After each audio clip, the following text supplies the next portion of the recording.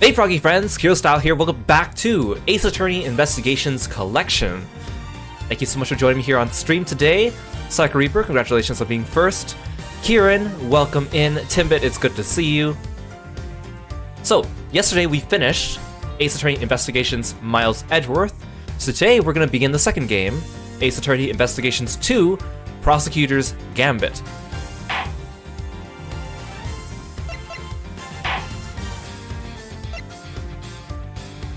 So, this game, again, came out in 2011 for a Nintendo DS. It came out after Ace Attorney Investigations 1, and before Dual Destinies. And it takes place between Trials and Tribulations and Apollo Justice. Now, this game was not officially released in English. For the longest time, everyone was asking Capcom to bring this game to English, and they kept saying that there were no plans. At the beginning, they were kind of teasing. They were kind of like, oh, maybe, maybe not. And then eventually they were like, no, there's no plans. So there was a fan translation that eventually got put out there. And a lot of people got tired of waiting and played the fan translation. Now, in my case, I actually watched a no commentary YouTube series with the fan translation. And it was after I finished The Great Ace Attorney, because I finished watching The Great Ace Attorney 1 and 2 on YouTube, no commentary, fan translated, and I just wanted more Ace Attorney.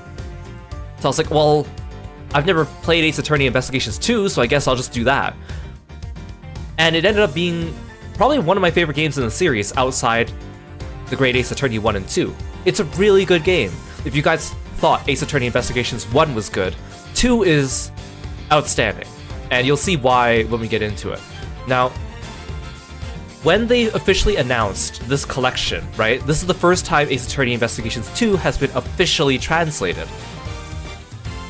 That means that a lot of the names of the characters are different than the fan translated names, because obviously the names are puns for the most part, right? Which means that depending on who's localizing and translating, they're going to turn out differently, right? So some of the characters have names in the official translation that people actually don't like. I heard a lot of people on Twitter were complaining about the new names because they preferred some of the fan translated names. Now personally, I don't really care that much, and I'm not going to point out every single character's fan translated name, but I will point it out for some of the major characters. Now me myself, I finished Ace Attorney Investigations 1 and I really liked it. When 2 came out and it was announced that it was not going to be localized, I wasn't like terribly disappointed because I guess I just wasn't super excited for Investigations 2. Because Investigations 1 had a lot of character designs I really liked, like Lang, Sheena, Detective Bad. But Investigations 2, I didn't really like a lot of the character designs. Particularly, I didn't really like Gavel and Eustace's designs that much. I think with Fender, I was okay with this design, but it wasn't a type of design that would appeal to me, so I wasn't really hankering to play this game. And so when I finally did get around to it, I was like, oh gosh, I've been holding this off for so long, and it's so good. And like a lot of these characters I ended up liking anyways because of their personalities, even though I may not be attracted to their designs. So I'm really excited to share this with you guys, especially since most people have not played this game. Just like with The Great Ace Attorney, for the longest time, I really wanted someone to talk to about this game and Great Ace Attorney. I had no one to talk to about because no one had played it because it was not officially translated. And even then, a lot of my friends that I knew that played Ace Attorney had only played up to Apollo Justice, and they kind of quit the series after that. They didn't go further. So I was like, I need people to talk to about this. So finally, we're going to get a chance to play through this. And for many of you, it'll be your first time, and I hope you enjoy it. Ash, thank you for stopping by today. Hello, hello.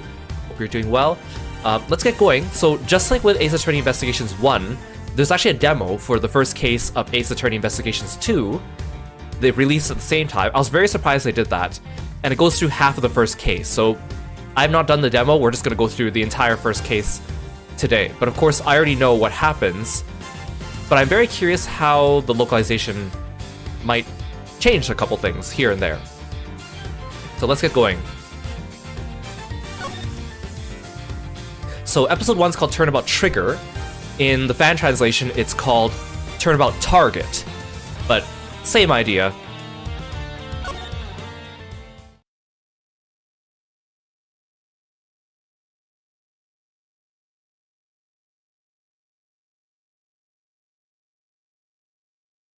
Episode 1, Turnabout Trigger.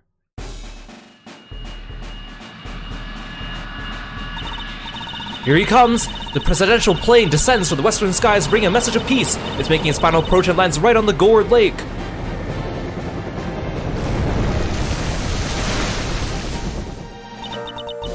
Just listen to that crowd. Welcome, Zhengfa! Welcome, Mr. President! And now, sir, your audience awaits.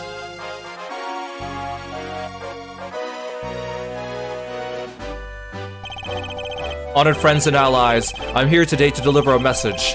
The odious criminals that dogged my beloved nation are no more, thanks to the Prosecutor's Office of your great country.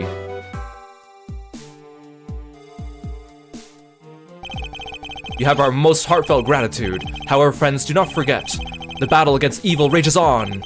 Here today I make to you this solemn promise.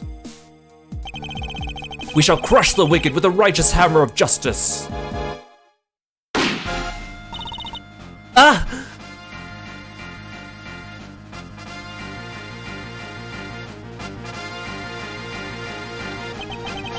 Call the prosecutor's office. Get Miles Edgeworth here right away. If anyone can solve this, he can.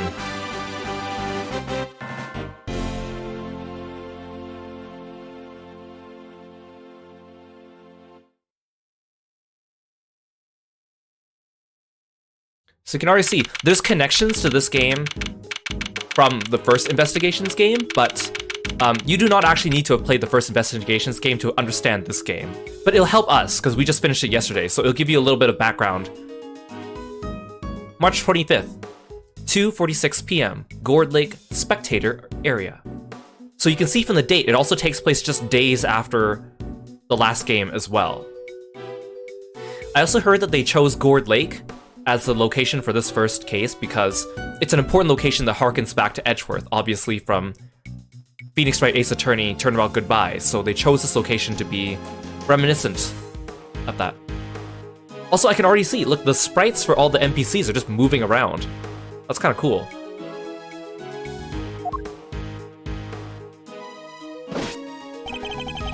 The news must be halfway around the world already. After all, it's not every day an attempt is made on the life of a nation's president. My name is Miles Edgeworth, and I work as a prosecutor. I came as soon as I got the call. The moment the phone rang, I knew it was serious. Mr. Edgeworth! Thank goodness you're here, sir! This is Dick Gumshoe, a detective with the local precinct. He's the one usually assigned to my cases. How's the president, detective? We still don't know, Mr. Edgeworth. The medics just boarded the plane a few minutes ago. I see. I hope he's alright. Then I suppose you better show me the scene of the crime instead. Right away, sir! Hey, I said hey! Hey, you, Ruffles!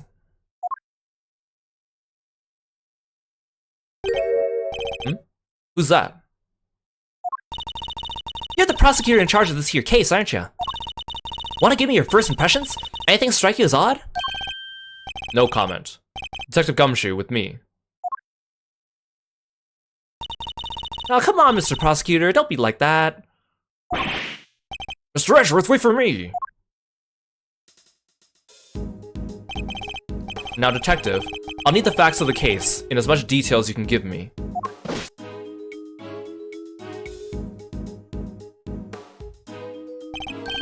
Well, the scene was right here at Gourd Lake, as you already know. Dang, look at that president. He looks so intimidating. Is everyone from Zhengfa, like, just really fit or something like that? A bunch of people were gathered to welcome the president of Zhengfa.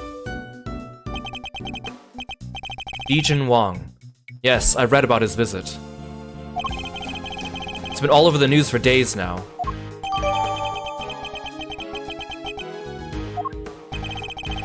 It was raining until just before he landed. Luckily it let up and he went on stage as planned. And then, smack dab in the middle of his speech, bang! A gun goes off, everyone runs for cover, terrified for their lives. Apparently.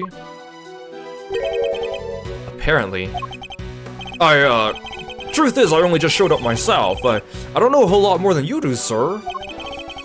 You were summoned on short notice as well. Sure was. Right in the middle of my day off.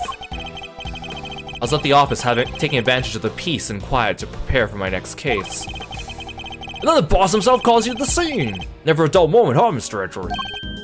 The boss? Yeah, Chief Prosecutor was right here in the park. Saw the whole thing. First chance he got, he yelled at the top of his lungs. Get me Edgeworth right away. He's the only man for the job.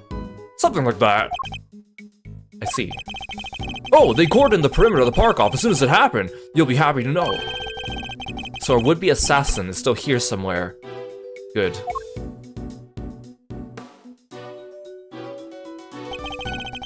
Now all you gotta do is find him in the middle of that crowd, before they strike again. You're right. We don't know what else our culprit might be planning. These people are in danger. We don't have a moment to lose. Let's begin with the basics. And search every inch of the crime scene for clues, no matter how insignificant they may seem. Precisely. The president was shot at, which means a gun was involved. That's our first clue. Alright. Duly noted. Detective Gumshoe. How exactly was the security detail surrounding the president's speech organized? Well, sir, our officers were mainly focused on securing the perimeter of the park. The president's people took charge of the rest. He had his own team of bodyguards. See those guys over there? Maybe we should ask them a few questions. If I want to talk with them, I'll need to walk over and press A. Sir, the president's bodyguards are over there. Ah, so they are.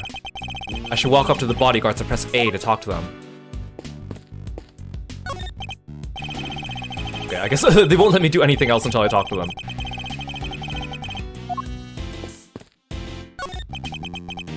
Can I help you? You're one of the president's bodyguards, correct? Could you tell me how his security detail was arranged during the speech? 2 of our senior operatives were attached to the president. The rest secured the stage. This isn't our first rodeo. Anything suspicious in that crowd, we would have spotted it right away. I see. So the president's security was tightly orchestrated for the duration of his speech. Let's investigate further. We should speak with other witnesses and continue to look over the crime scene. We can't afford to leave any stone unturned. So that's how you'll go about it, huh? Sure is something seeing the pros at work. Care to share a little bit of what happens to that information once you got a hold of it? Bystanders. This one seems persistent, but I can't afford to get distracted. Hey, Ruffles! I asked you a question, dang it! What happens next? Well, we put all the information together and try to find connections. Right, sir? Detective! Ah, don't be so hard on the poor guy. So, connections, you say, and what next? Well, I guess you say we connect the dots. Connect one piece of information to another. It's Mr. Edgeworth's forte. He's a logic master. I can view what information I have with L and connect them with X. I should try it now. Just a quick press of L and we'll be off down the path of logic. Hey Drago, hey Yule, welcome to the stream. Thanks for stopping by.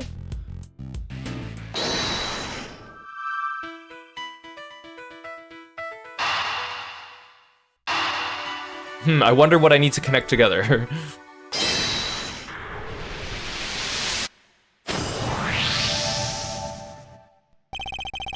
Despite the president's tight security, the perpetrators still managed to carry out their attack. Completely undetected by a contingent of highly trained bodyguards, no less. No mean feat. This would have taken some serious planning. In other words, the assassination attempt was almost certainly premeditated. That's the stuff, Mr. Edgeworth! The old logic never fails, huh? Indeed. All we need to do is find the right clues, then make the right connections between them. Make the wrong connection, however, and will only wind up further from the truth. And I give myself psychic damage to my HP bar. Which means I must make well-reasoned connections if I intend to draw logical conclusions.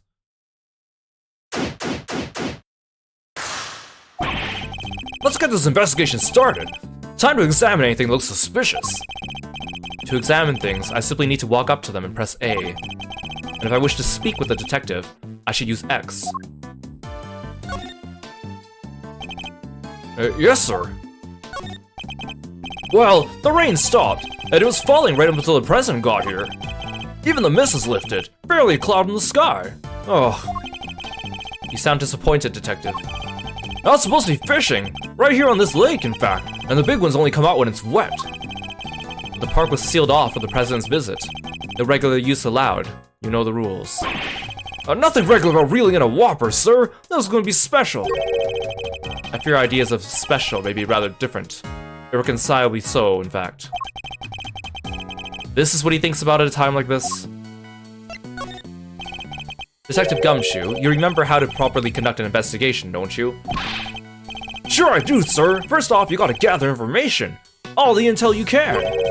Examine every nook and cranny, talk to every single witness. Both of which I can do with A. And if you get the chance, ask them about the evidence. Which means diving into your organizer and presenting it to them. I can open my organizer with R, and present evidence with X. I've been with you a while, Mr. Edgeworth. I ought to know this stuff by now. Yes, you ought to. Also, I have to say, the music in this game is way better than Investigations 1. I mean, Investigations 1 had good music, but Investigations 2 just takes it up another notch. No. I was as surprised as you, sir, but there's no mistaking it. It's the Steel Samurai. The Steel Samurai, warrior of Neo-Old Tokyo. It's a popular TV show. Old, young, it doesn't matter. It truly has something for everyone. Beats me why they had a Steel Samurai balloon at a welcome party for a foreign president.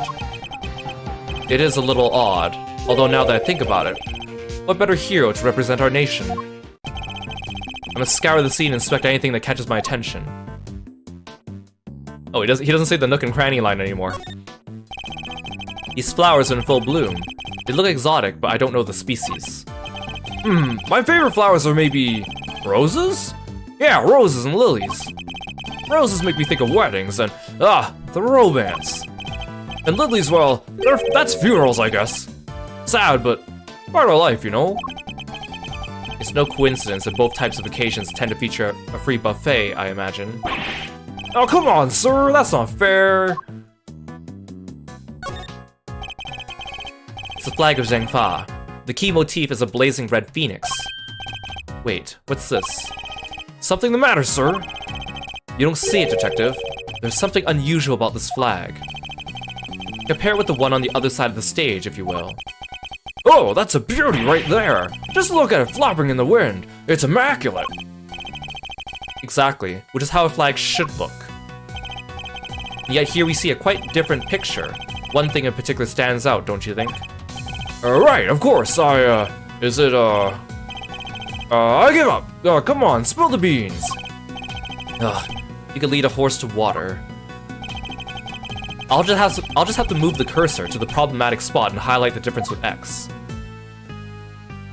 Take that! Look closely. Do you see the hole? Whoa, look at that! You're right, sir!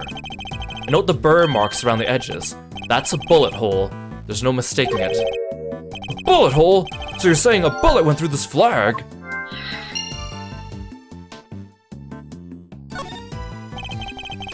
Breaks your heart, don't it? It does. What villainy could have befallen him? Witnesses said he popped right about when the gun went off, which would strongly suggest a bullet struck the balloon. Looks like we got a case of cold-blooded samurai murder on our hands. This is sacrilege. I won't rest until the culprit has been apprehended. Detective, we cannot let this vile assassin escape. We won't, sir. You can count on it. I think I've gathered enough information for the moment. Time to put the pieces together and see what we can figure out.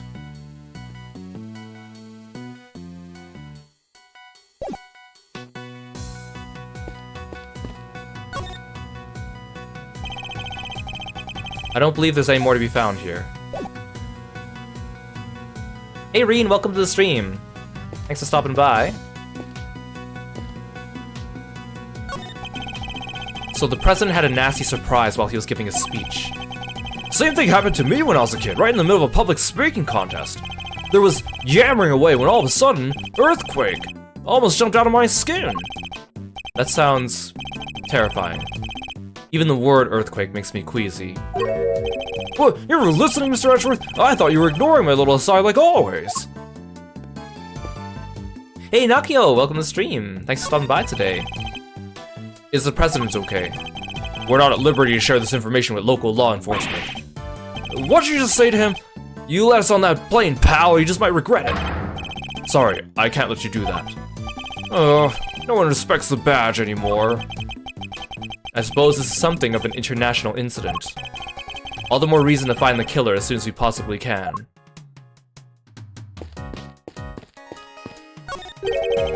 What is the officer here taking pictures of, Detective? The wicked be crushed beneath the righteous hammer of justice. Looks like he's reading off these papers here, Mr. Edgeworth. Pro speech tips number 3. Speak slowly and confidently to win your audience around. Hey, this is good stuff. Better get a shot at this one too. Instead of focusing on that speech, how about you focus on your work instead, officer? Have you found anything of note, officer? No, sir, not a thing. No fingerprints, no footprints, nothing. That is to say, none to stand out, sir. Not after everyone touched and walked over everything. Detective Gumshoe, did he sound pleased about having no evidence to catalog? I'll, speak to his commanding officer about it, sir. Salary review's coming up soon and all. There's a bright red balloon bobbing on the surface of the lake. Reminds me of sending balloon letters back when I was a kid. You write a letter, see, and then you tie it to a balloon and send it floating off to see if someone writes back. That's quite an ingenious idea. And? Did anyone write back? No.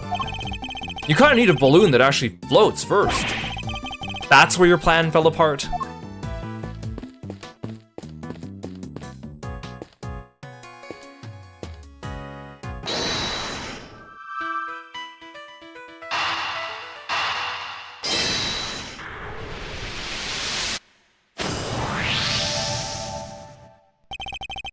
There's a bullet hole in the flag. Seems highly likely the balloon was popped by a bullet too. Which means 2 shots were fired, right, sir? Possibly even 3. The president was shot at as well, remember? Equally, the hole in the flag and the hole in the balloon could have been made by the same bullet. What we need to know is how many gunshots there were.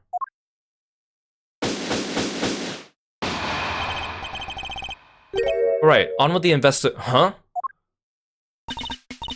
Ruffles! Ruffles! Y'all figure something out, huh? Kinda care to share? Who exactly is she, and why does she keep shouting at us? Rubbernecker, I guess. She seems pretty interested in the case. Come on, give it something here. We do need to speak with some witnesses to find out how many gunshots there were. Fine, let's see if she can tell us anything. There y'all are. Tabby Lloyd, at your service. I like this name for her. I'm looking into the case for, well, just for me right now, but... Looking into the case. Miss Lloyd, was it? Miss Lloyd, there's something I'd like to... Well, what can you tell me? Any exclusive details you want to share? How about the perp? Have they made any demands? What about them ruffles? What does a fella do to buy a cravat like that? Hold it! Will you be quiet for a moment? I'll be asking the questions here. Dang, and here I thought I can get me something juicy for my piece. I need to know about the shooting. Can you tell me the gunshots you heard? Why, I most certainly cannot. I beg your pardon. I just can't be handing out leads for free. This does my livelihood. Come on, don't hold out on us. All we gotta do is share sometimes. Me? Hold out on you? Well, if y'all gonna be like that, I'll be moving right along. Goodbye. Wait! Wait for what exactly, huh? You've got nothing for me, I'm gone. We're fresh out of moves here. Out of moves, huh? I wouldn't be so sure. What do you mean, Mr. Edgeworth? As you know, Detective, I like to play a little chess. What does one do in chess when an opponent adopts a defensive position? Why, the board offers any number of options, but some are more effective than others. Sorry, sir, but this is all going way over my head. No matter how impenetrable an opponent's defense may seem, it can always be overcome. Watch and learn, Detective, as I shatter my opponent's resolve with the power of words. When attempting to draw an entrenched opponent, one must employ certain tactics. Let us picture the board, and see if we can anticipate our adversary's next move.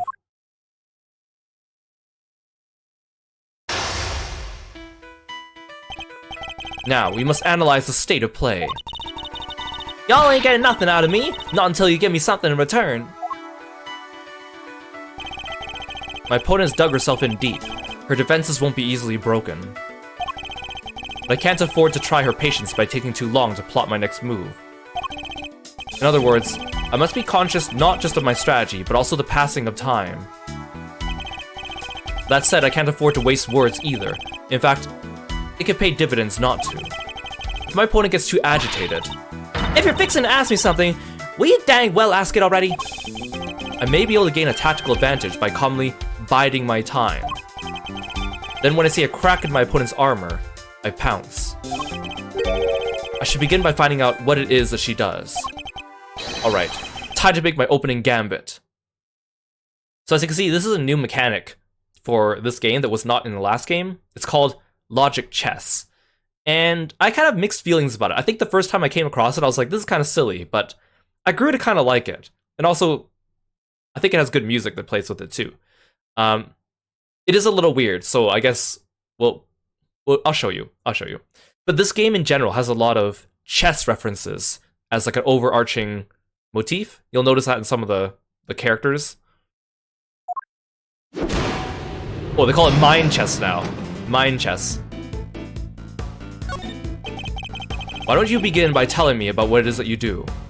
So you can see also time passes when I'm not in dialogue, so you have to make your picks in a timely manner. You just think it's funny to imagine Edgeworth and the other person chucking chess pieces at each other. This is the real Umineko right here. Sure, or I could totally not do that. Think I don't know when to keep my mouth shut. That's my job. Is it now? So you do something you won't or can't tell anyone about. No, shut up, I ain't no lawbreaker if that's what you're insinuating.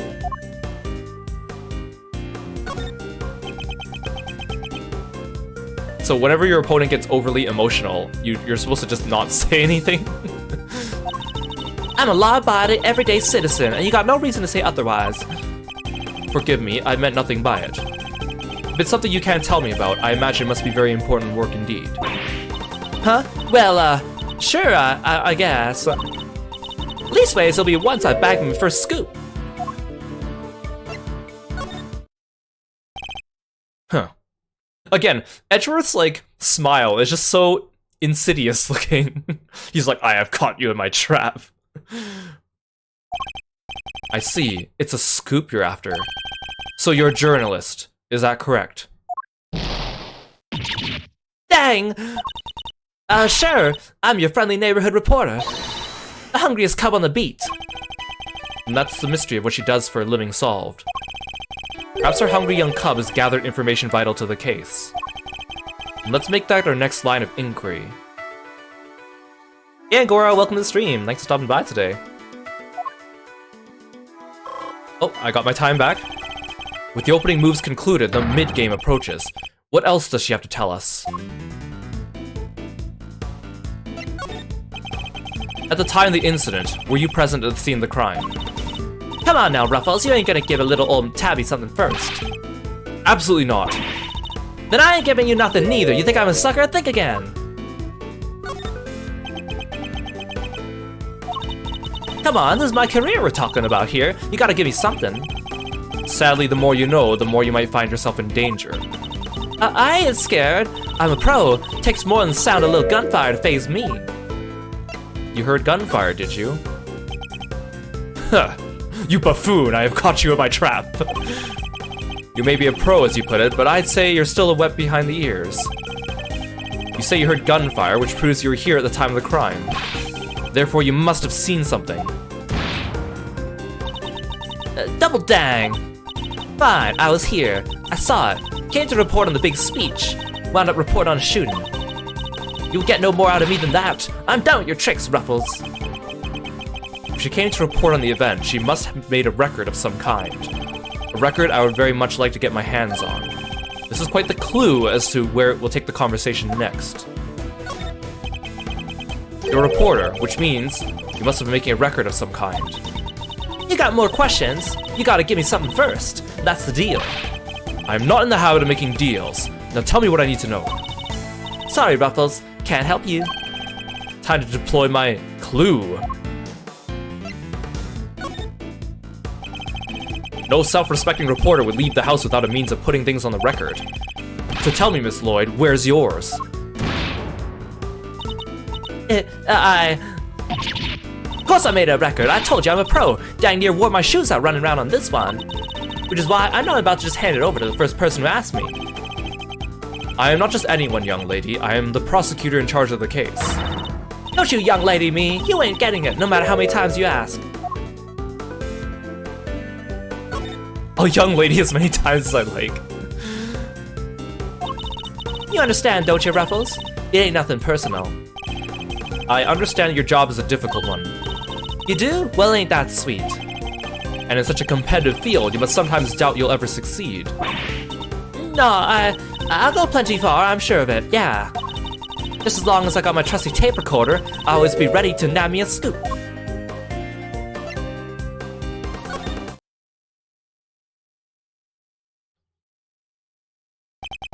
Intriguing. A young reporter hungry for success. So dedicated to her craft that to leave such an important event unrecorded would be unthinkable. And indeed, she did not. She committed the entire event to tape. Ah, dang it, dang it! This is my scoop, you're messing with my big break. Fine, sure. I recorded the whole darn thing. It's all right here. You got me, okay? Checkmate.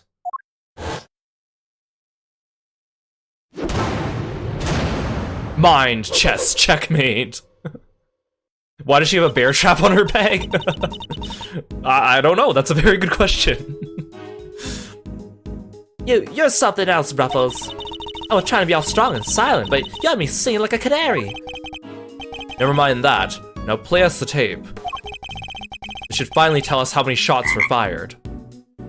Hey Aru, welcome to the stream. Thank you so much for dropping by. Valkyria, welcome. Thank you so much for the sub. I really appreciate it. Thank you so much for 16 months of support. Yeah, she has the bear trap to catch a big scoop, obviously, right? I mean, on her shoulder it says like, it looks like it says got you, but it might just say go you. Maybe Go You Airlines sponsors her.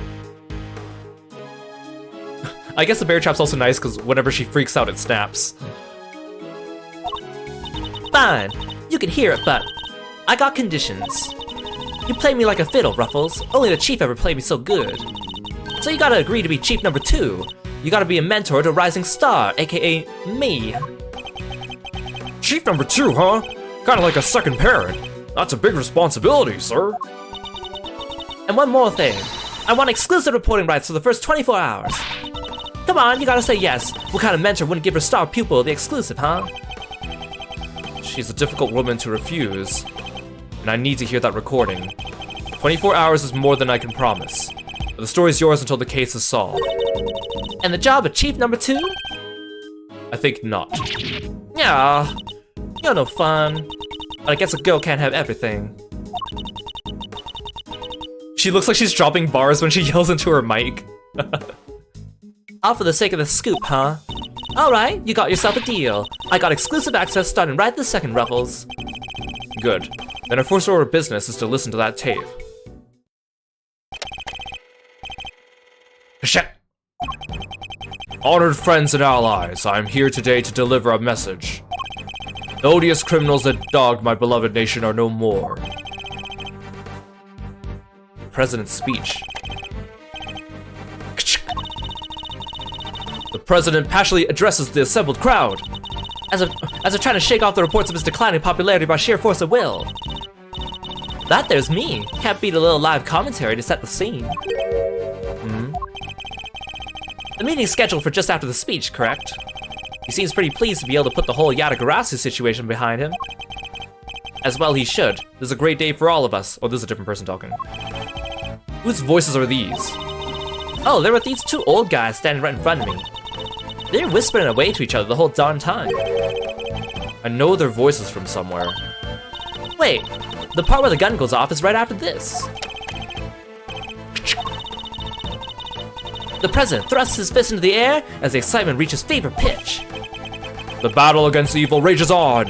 Here today I make you this solemn promise. We shall crush the wicked with the righteous hammer of justice. What the? Ah!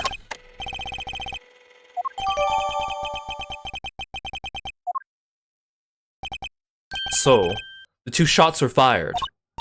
Yep, and that tells us something? Something very important indeed. It allows us to deduce the trajectory of one of our bullets. Of the two shots fired, one hit the president. Which means the other must have passed through both the flag and the balloon in that order.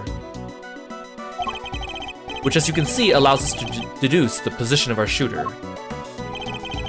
The only possible place from which a bullet could have been fired through the flag and into the balloon is...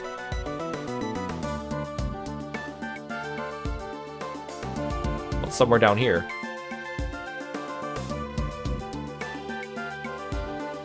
Take that!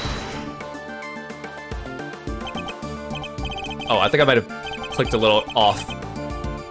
Yes, no doubt about it. This is where our shooter was standing. Well, I guess they weren't standing in the middle of the aisle. You sure about that, Ruffles? Watch your mouth, kid. Mr. Edgeworth's powers of deduction never fail. He takes the evidence, puts it together, uses logic, and bam! Out comes the truth every time. Can't wait to hear the logic behind this one. Well, sir, how'd you do it? One moment. Yes, It's alright, Ruffles. We all make mistakes. I picked the wrong spot. Two bullets are fired, we know that for a fact. If we draw a straight line along the path of trajectory, our two lines should converge on a single point. The point where our culprit was standing. The only possible place from which a bullet could have been fired through the flag and onto the balloon is... okay, let's go further down here. Take that! Drawing a line between the flag and the balloon gives us the trajectory of one of our bullets. I mean, technically, the spot that I picked first was also along that trajectory. And places our shooter on the left side of the spectator area.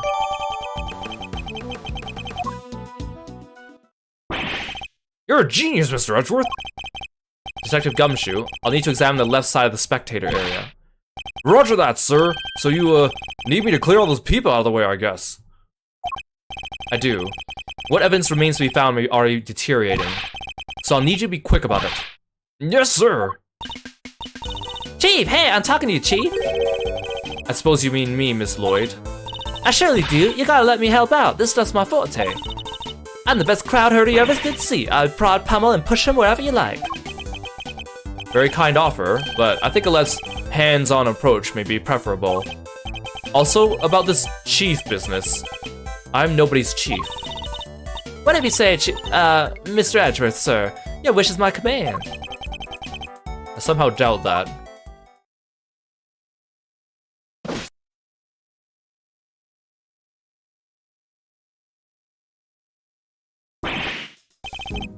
Here you go, sir. It's all ready for you. Ms. Lloyd here cleared everyone out just like that. You should have seen it. Oh, you ain't seen nothing. The chief, my other chief, that is, she sends them running twice as quick. She sounds like quite a formidable character. Perhaps I should go easier on the poor girl. Thank you, but you really shouldn't have. All that running around. Your clothes are covered in mud. Allow me to pay for the cleaning. It's the least I can do. Huh? You mean my jacket? Oh, don't you be worrying your pretty little head about that. It's reversible. All you gotta do is switch it around, and alakazam, no more dirt. On the outside, perhaps, but you'd still have something of a problem with the inside. We're ready to get back to the investigation wherever you are, sir. The crowd has trampled the entire area. We'll be lucky to find any traces of our shooter at all.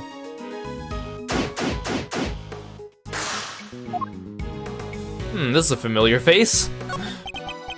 Well, this is quite the situation, wouldn't you say, Mr. Edgeworth? Who is he again?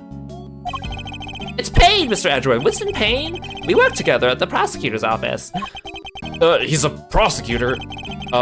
What brings you here today, Mr. Payne? What indeed? Why, the only invitation of the chief prosecutor himself. His voice. I recognize it from the tape recording. Is he one of the men who's standing in front of Miss Lloyd? Where's the chief prosecutor? He had to leave, I'm afraid. He's a busy man. They let him, and only him, out through the cordon. So he had me summoned on short notice, and then left before I even showed up. Rude. I like how Winston Payne appears in both of the first cases of Investigations 1 and 2, and they still never give him a portrait. Like, he never gets one. This wooden sign looks almost brand new. I imagine it was placed here recently. What's it say? 50 yards to the Gordy Museum. And 70 yards to the... never mind. What's the matter, detective? Just read it, will you? 70 yards to the boathouse. It feels like a million years since that whole story affair unfolded. Well, that whole sorry affair unfolded. Fond memories, detective. Yeah. Fond memories, sir. Were they really fond for you, Edgeworth? Yes, sir. All these flashing lights and clicking cameras. Why do they need pictures of the crowd anyhow? Stupid, noisy news hounds. Well, it is rather newsworthy event, detective. Don't let them get to you. But they're taking your pictures, sir, and mine. I never signed away my image rights, and neither did you. Wait there, I'll be right back. He ran off before I could stop him. Now he's looking for whoever photographed him, and annoying everybody else in the process. Will he ever stop finding new ways to surprise me? You know, you can check the information you gathered by pressing L, right? Well, let's say you've forgotten my first name. You could look that up in your organizer. What exactly are you insinuating, detective? I know your first name perfectly well. If you say so, sir, just remember all the evidence you gather is in your organizer, okay? Including stuff like people's names and backgrounds, even mine. I suppose I should take a look later with R.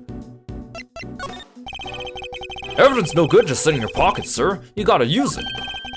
By presenting it to people and seeing what they have to say, yes. I'm well aware of that, detective. Sure, you gotta look it over, too. The devil's in the details, as they say. Prod it, poke it, look it up, look it down. Heck, even lick it if it helps.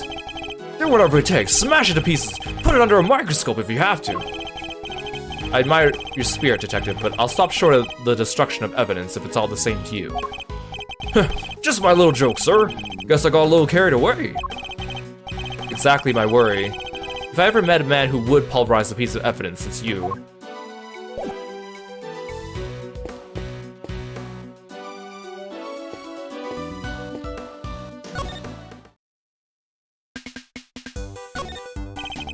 You say you attended today's ceremony in order to gather material for an article of some kind.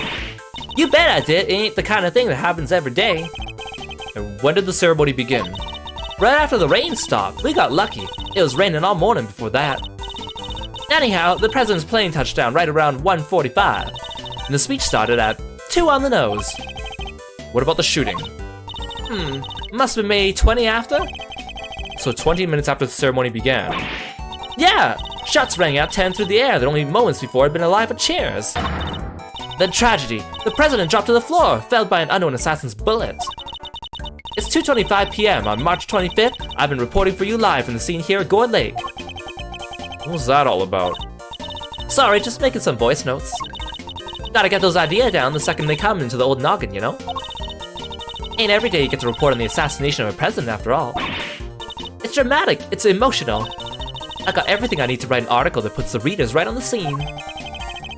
And did the president really drop to the floor? Officers on scene said his bodyguards escorted him straight onto the presidential plane. Hey, y'all can't blame me for getting a little carried away now, can ya? I'd better take any testimony she gives with a good-sized pinch of salt. Haha, stop it, calling me a reporter and all. It's kind of weird when somebody else says it. Still, Tabby Lloyd, reporter at large, does have kind of a ring to it, don't you think? But you are a reporter, correct? Sure I am, a reporter in training. Have you even had any articles published? Fixin' to look at my work, huh? Well, that might be tricky. And yet you call yourself a reporter nonetheless. Well, soon I will be, won't I? This right here's got a big old scoop, no mistake about it. And I got the whole thing on tape, don't miss a second. It's all thanks to my trusty mic and my even trustier tape machine. I'm about to see the journalistic world on fire, just like my mentor before me. Hey, welcome Suki, welcome to the stream. You know the Chief, Ruffles, my mentor, my inspiration. No, but you have mentioned her repeatedly. Did I? Can't rightly say I remember. What kind of reporter forgets a thing like that? Well, it's just the Chief always says, you gotta treat information as irresponsibly as you can. What kind of mentor says that? Oh, you should have heard her the other day. She gave me this here tape machine. You be sure and bag yourself the juiciest, sleaziest scoops you can now, you hear? Wonderful. So you're the kind of reporter who sees fire even under the faintest trace of smoke. Nah, I'm the kind of reporter who puffs on the fire till the smoke about chokes ya. How is that any better?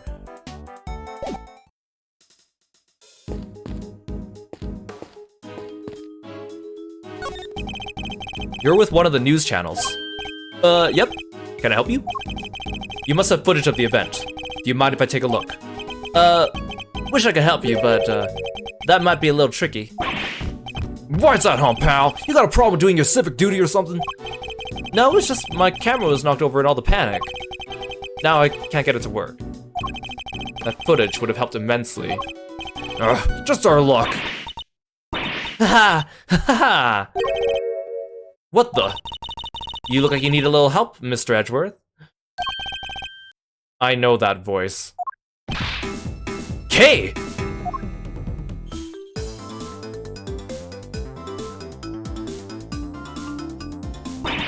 Honestly, I leave you alone for 2 seconds. Don't worry, your hero's here to save the day. That's right, the one, the only, Kay Faraday. Kiro, only you would give yourself a title like that. So you're not a great thief anymore. Not right now, but it's not like I quit. I'm just on sabbatical. I'm taking time off for some intensive training. Being the second Yatagarasu doesn't come easy. Kay helped me out on a few occasions about 2 weeks ago when I was working a case. The case of the Yatagarasu, a mysterious thief who seemed to appear and disappear at will, and who claimed only to steal the truth. She calls herself the second Yatagarasu, the successor to the so-called Great Thief. There's not a lock I can't open or a trap I can't escape. When it comes to stealing, well, I'm still new in training, but I'll get there soon enough. What are you doing here, Kay? What do you think I'm doing? I've been enjoying the festivities, of course. I suppose she did mention being fond of such things. And afterwards, I was thinking of dropping by your office to see you guys, but now I don't have to. Good to see you, kiddo! You're as bright and breezy as ever. Hey, Gummy, how you been? You're looking pretty full of beans yourself. He's full of beans! So, Kay, are you really here to save the day? Yep. Prepare your jaw to hit the floor. Your best pal in the world here only went and took pictures of the whole shebang. Did you now? Then you better show them to me. Wow, your jaw didn't even drop an inch. What's a girl gotta do to impress you, huh? I know, right? Mr. Prosecutor here is about as much fun as a dang toothache. Won't even let me call him Chafe. But I'm forgetting my manners. Tabby Lloyd, ace reporter at your service. Nice to meet you, Tabby. You're right, he's no fun at all. This one time, You two can chat later. Kay, can I see those pictures? Ooh, fine. Here. I took this one right when the gun went off. It was total chaos, people running everywhere. The president and his 2 bodyguards. What's that? Thank you indeed, Kay. I think you provided us with a vital clue. Howie, your eyes just lit up like a pair of dang Christmas trees. Well, Mr. Edgeworth, care to tell the readers what you spotted? A contradiction. Huh? What now? I don't see nothing strange. Allow me to show you. This picture shows the moment of the incident, but another piece of evidence shows something different.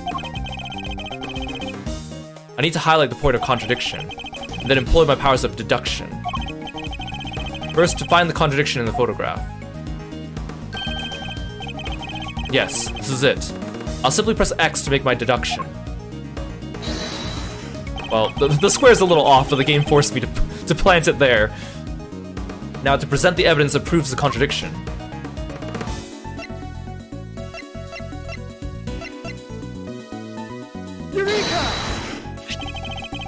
Look closely at the picture of the president in this newspaper clipping, if you would, Miss Lloyd. Now look at Kay's photograph. Compare the two carefully. Huh? What am I looking for here? Bobby! Indeed, there's something on the president's forehead, something that wasn't there in the other picture. What is that? Some kind of birthmark? Yeah, guy's got a big red birthmark right in the middle of his forehead. Ah yes, a birthmark. I highly doubt a birthmark just sprang up there since the other picture was taken. Did he get bitten by a bug then, maybe? Yeah, that's it. That right there's a big old bug bite. Here, I thought it was something important. The look on your face. You should know the road to truth is paved with just seemingly trivial details. Again with the face. Alright, duly noted, Chief.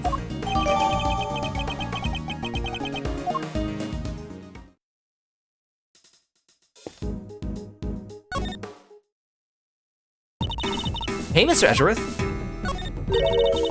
Did you like my big entrance? Bet I really am your hero now, huh? Well, your evidence helped things along, certainly. Hey, I'm the second Yatagarasu, remember? All in a day's work. Kinda wish I could've showed you how far I've really come with the whole great thief thing, though. The training you mentioned, about that. Don't worry, I haven't stolen anything yet. I promise. So the whole great thief thing is just on hold. For now, anyway. That's a relief, I suppose. Yeah, I want to get out there and start stealing back the truth like my dad. But I still got a ways to go with my training. All I need to find is some partners in crime. I hope she means that figuratively. I can't be the only girl in the whole world looking to pull off the most daring heists ever attempted. True, but not many people are looking to pull off a career in larceny either, I wager. Yep, no doubt about it. If you compare the pic I took to the newspaper clipping, that red birthmark stands out like a sore thumb. That's a contradiction, alright. Indeed, though I very much doubt it's due to a birthmark suddenly appearing. Oh, that reminds me. I might have to steal that line of yours.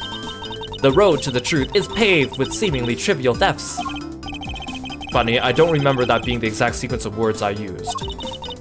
Why just rob a house when you could rearrange the furniture too? You may call it rearranging, but I call it irretrievably corrupting.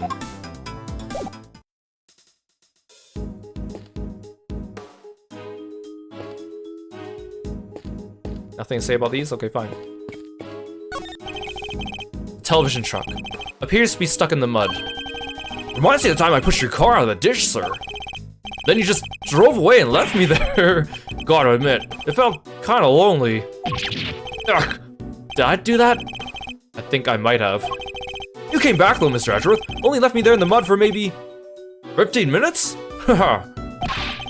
Now I know you'd never forget about me, sir. Of course I wouldn't. Barring those 15 minutes anyway. You even got to pick through the trash yourself? A prosecutor's life ain't easy, huh? Detective Gumshoe.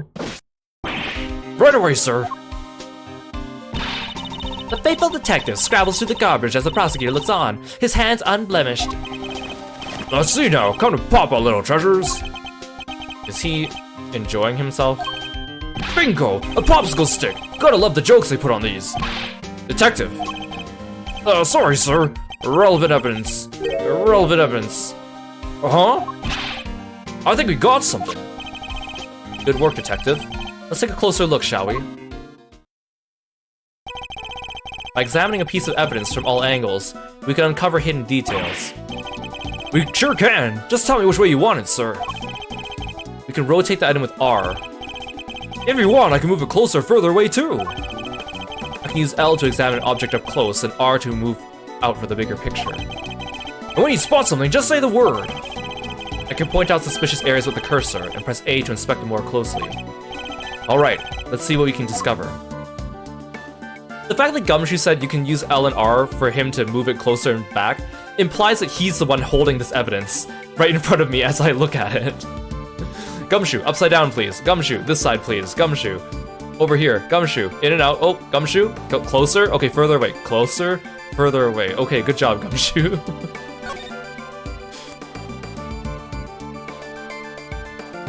That looks suspicious. Okay, we'll look at the paper first. This is a document of some kind. What are we looking at here, sir? Presidential security plan. It's a diagram of the president's security arrangements. It shows how the president's bodyguards were positioned. It even has his people's names on it. Rook and Knight. They must be the two from the photo. Which, as you can see again, there's a lot of chess motifs in this game, so the characters being named Rook and Knight harkens back to that. So those bodyguards aren't natives of Zhengfa. I heard he uses some private security firm. Why not employ people from his own country? I know why not. You want to hear a little tabloid exclusive? You really know something. Sure I do. I was over there at the embassy not too long ago, sniffing out a story. While I'm there, one of my sources tell me that the president's got more enemies and you got hairs on your head. Including a bunch of bigwigs in the National Police Force. Interesting. So he's unable to trust his own domestic law enforcement. I wonder if one of these enemies could have been behind the attempt on his life. What was it doing dumped there in the bag? You raise an interesting point.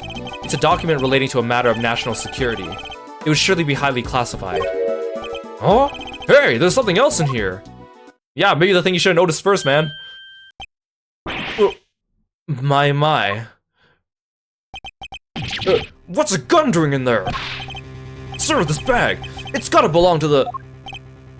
Yes, it could well have been disposed of by our would-be assassin. A revolver. It would have taken a lot of nerve to dump it here amidst all the chaos. Could this be the work of a professional? That would explain the security plan, too. I think we need to take a very close look at our latest find.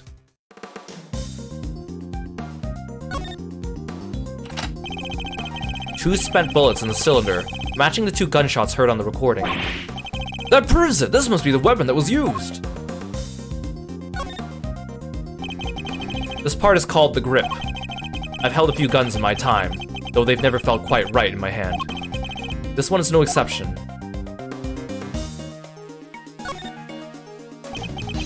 This is a laser sight. It can be lined up with a target to make aiming a bit easier.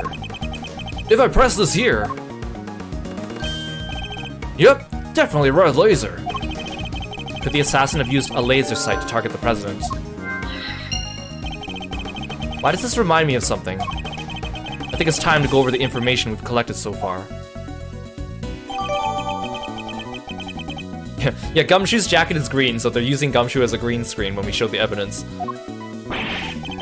That bag was a real find, huh? Just goes to show, a bag in the hand is worth two in the trash. Nice work, detective. Now, there's something else I'd like to ask of you if you don't mind.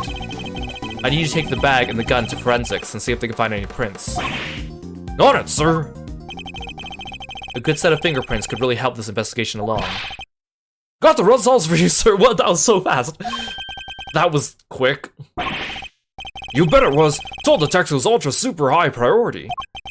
But, they came up empty. And they checked everywhere. Inside and outside, top to bottom, sir. They even took the bullets out of the gun and dusted them. I should have known it wouldn't be that easy.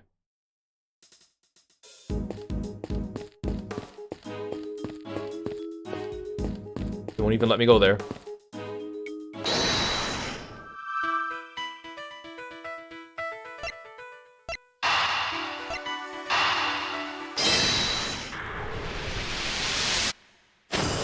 That's a freaking huge fat laser pointer, I must say. For a dot that big. I mean, obviously they did that to make it obvious to us, but... I solved the mystery of the red birthmark. Oh, really? So it wasn't a bug bite? No, what we're dealing with isn't something that would itch for a day and then disappear. It is, in fact, the beam of a laser sight. Then our killer was aiming to shoot the president square in the forehead. And shortly after this picture was taken, a second shot rang out. Yeah, that's gotta do more than an itch. Indeed, I fear the president may be even more danger than we thought. And the gun we found was the weapon used in the crime.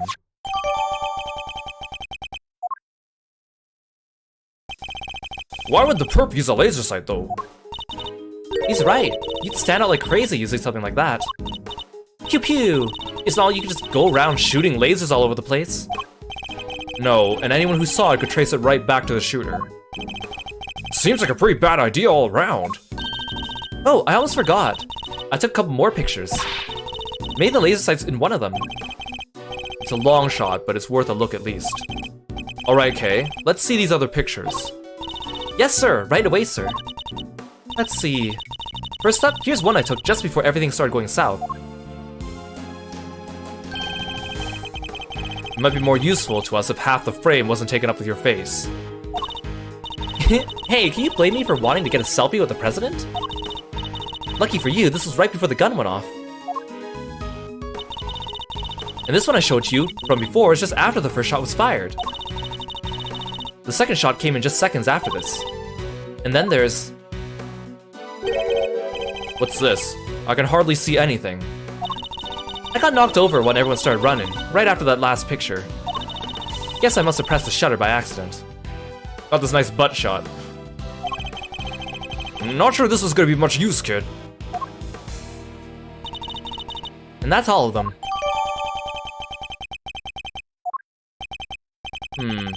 Time to take a closer look. Let's examine the picture from before the shooting. Is there any hint of the laser sight here in the picture? Well, I wonder. Take that! There, I see it. What is this, sir? Look closely at the person with the red hood. Whoa, there it is! Indeed, that's our laser sight right there. So that's our perp! The one in the red hood must be... The shooter, yes. We found them, and it's thanks to yours truly. Indeed, you led us right to the greatest treasure of all, Miss Great Thief. The truth. Yeah. You may have captured our would-be assassin in one of your other pictures, too. Let's take another look. A red-hooded suspect could be in another one of these photographs from... Is the person with the red hood here somewhere? No. A red-hooded suspect could be in another of these photographs from... Is the person with the red hood here somewhere? Take that! Look, right there! A red jacket. That must be our suspect. Looks like they took advantage of the confusion to make their getaway. Luckily, we could see exactly where they were headed. The samurai dog stand! Precisely, which means they escaped towards the right-hand side of the spectator area. Detective Gumshoe. On it, sir. Consider it cleared. Good. I'm counting on you.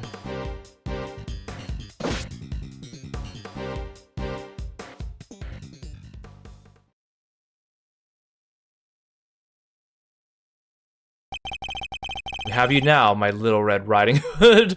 Edgeworth, I don't know, that line doesn't sound as badass out loud as it does in your head, I'm guessing. The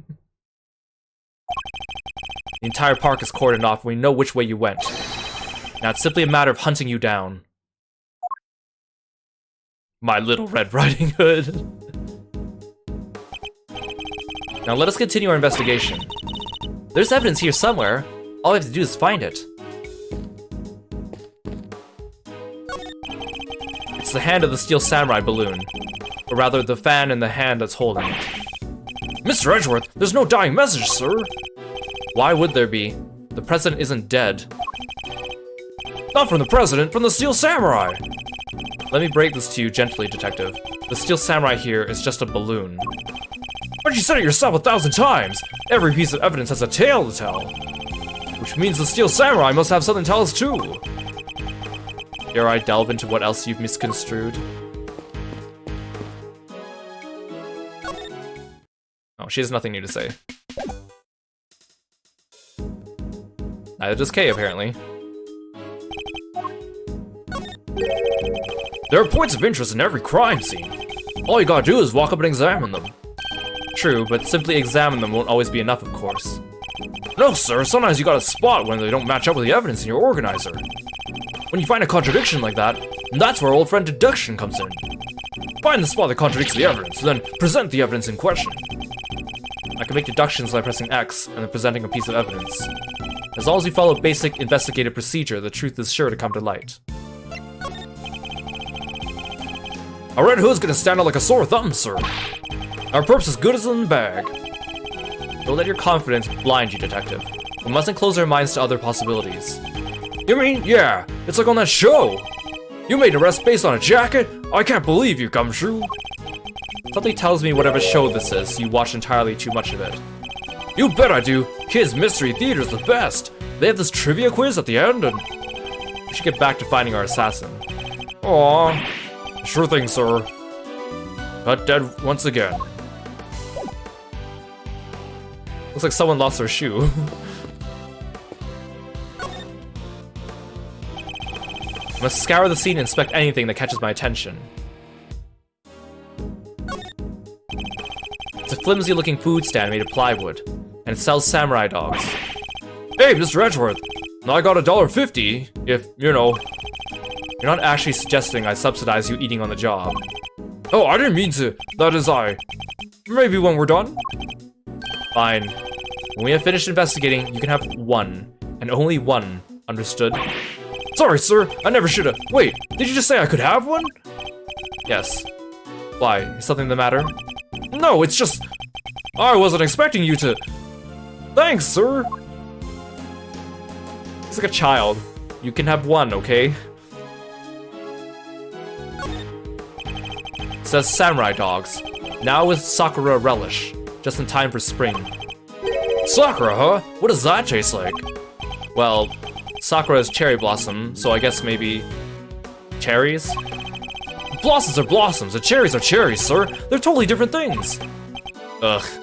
But you're right, I suppose. So what does Sakura really taste like? This is my kind of mystery.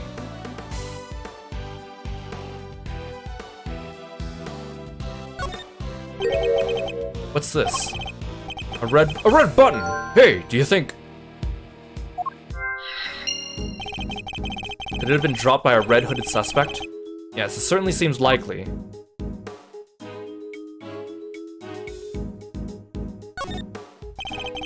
The puddle reflects the clear blue sky. All the remains of the rain. You're a regular poet, sir. Very funny, detective. How would you describe it then? Let's see, a pool of water left behind after a real heavy downpour. Just like I got left behind after a real heavy dose of Mr. Edgeworth's logic. I would say don't give up on your day job, but it seems you don't even have that down, detective.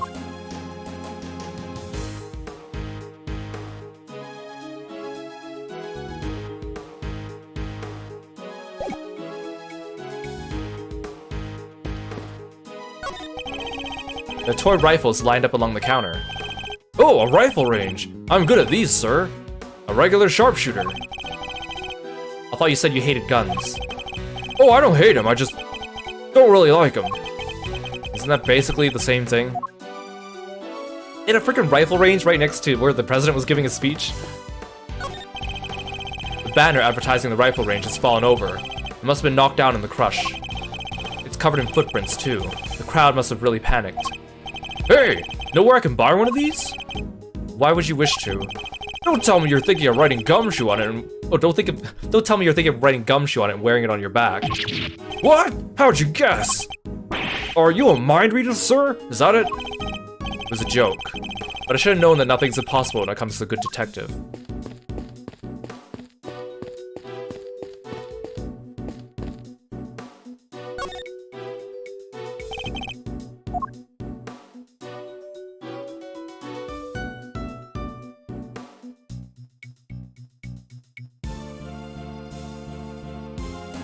Oh, this. There's something red down there. Detective Gumshoe, can you see what that is under the stand, please? There's something down here, alright? Let's see. A red raincoat. This must be the one the suspect was wearing. They must have taken it off and hid it under there before they made their escape.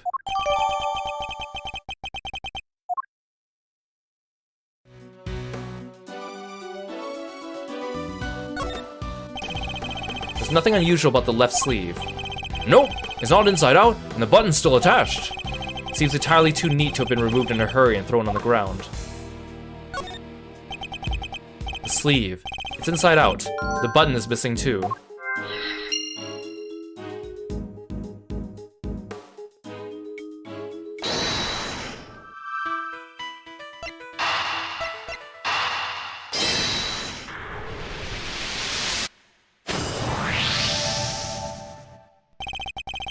The button we found seems to have come from the raincoat.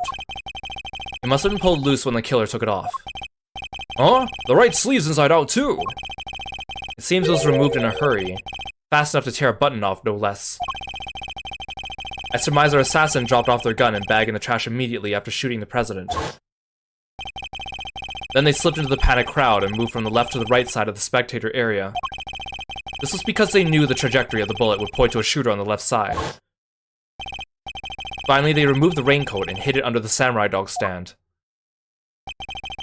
The killer would have needed to get rid of the coat as soon as possible, hence its hurried removal. The fact that the right sleeve is inside out is a testament to show how quickly it was taken off. Yep, that and the missing button. The question, of course, is, why didn't the same thing happen to the left sleeve? Oh yeah, only the right sleeve's inside out. Indeed, and the button on the left is still securely attached. So, what does it mean, Mr. Edgeworth? If we were to answer that question, Detective, we'll need to inspect the raincoat in more detail. Give me the green screen.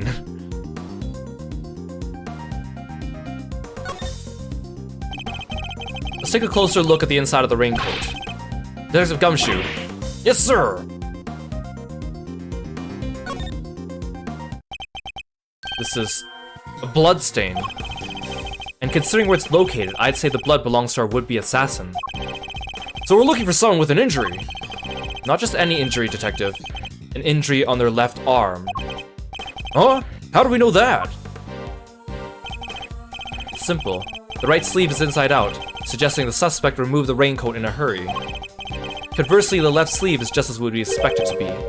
Therefore, the suspect's left arm was never in the sleeve in the first place. Once we understand that, everything else falls into place. Now, Detective, there is a blood stain on the left side lining of the raincoat because the suspect's arm was too injured to fit through the sleeve. Precisely. Or at least, we could say there's a good probability that was the case.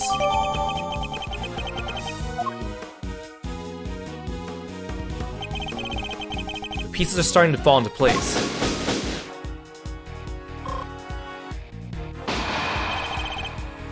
Detective Gumshoe, I need you to go and search the crowd for likely suspects. Yes, sir. Suspicious characters with injured left arms, coming right up. You're even smarter than you look, Ruffles. Taking all them itty-bitty pieces and putting them together like that, you'll have your man in no time. That's Mr. Edgeworth for you. The park is still cordoned off, so our would-be assassin should be in the crowd somewhere. Don't let me down, Detective Gumshoe.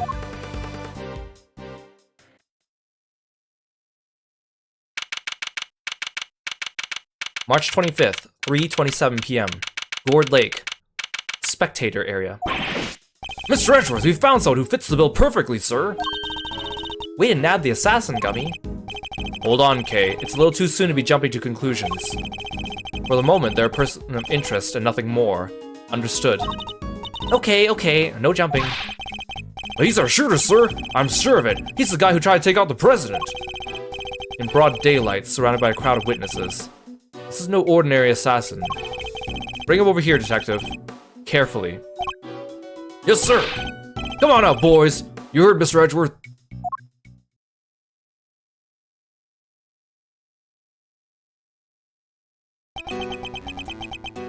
This guy looks friendly and harmless. No umbrella, and a bandage on his left arm. Well, pal, state your name already. Doe. John Doe. Charmed, I'm sure. John Doe. Not a name you hear often in real life. That's correct. I know this man from somewhere. I'm sure of it. And you are Prosecutor Edgeworth. You know my name. Of course. I've been following the day's developments with some interest. Now, perhaps you'd care to explain why you'd asked to speak with me. As you've been following our investigation, you're no doubt already aware of who we're looking for. So let me ask you, do you recognize this raincoat by any chance? Forgive me, but I'm afraid I do not. I see. Well, I believe its owner to be the would-be assassin we're seeking. My. Well, isn't that just shocking? And this same would-be assassin happens to have an injured left arm. Just like you. All I can tell you is that I had nothing to do with this unfortunate affair. Two adversaries stare at each other down, their eyes like deadly lasers. Care to tell the readers what happens next? A showdown, that's what. A battle of wits. A battle of words. Dare I let him explain any further what he thinks the upcoming battle will entail? Sure, let him blather on. Oh, this is a tutorial in disguise. In a battle of wits, you never know if or when the other guy might be lying or just plain mistaken. But if you spot an inconsistency in the statement of hers, you gotta present the evidence that proves it. And to do that, I'll need to first open my organizer with R and press X to present my evidence. And what if there ain't no inconsistencies to find? Then you change tack, press for more information, and see what they can shake loose. Indeed, I could press my opponent with L. Why don't you show us how it's done, Mr. Edgeworth? Stepping up to bat, our nation's top prosecutor. Once again, I am to quietly gather my thoughts, yes.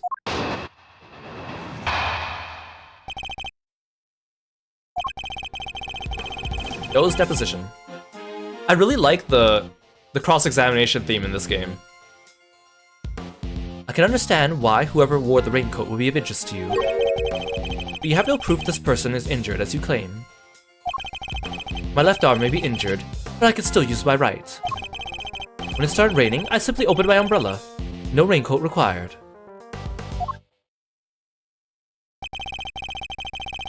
So you contend that you are not wearing a raincoat, is that correct? It is. And is that so strange? Not everyone wears one, after all. I happen to prefer an umbrella. Team Raincoat over here. They're perfect when a girl needs to move.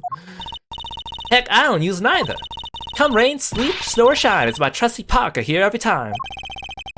Not exactly the line of inquiry I was hoping to pursue. So you see, I am not your would-be killer. And I am not in the habit of making baseless accusations, Mr. Doe. Please, I am just a simple ice cream oh my. Forgive me, my wound seems to have begun bleeding again in all the excitement. The owner of the raincoat is definitely our assassin. The said owner also has an injured left arm. I love how he just shoves the entire ice cream in his mouth and then uses his free hand. I'm on to you, Mr. Doe. It's only a matter of time.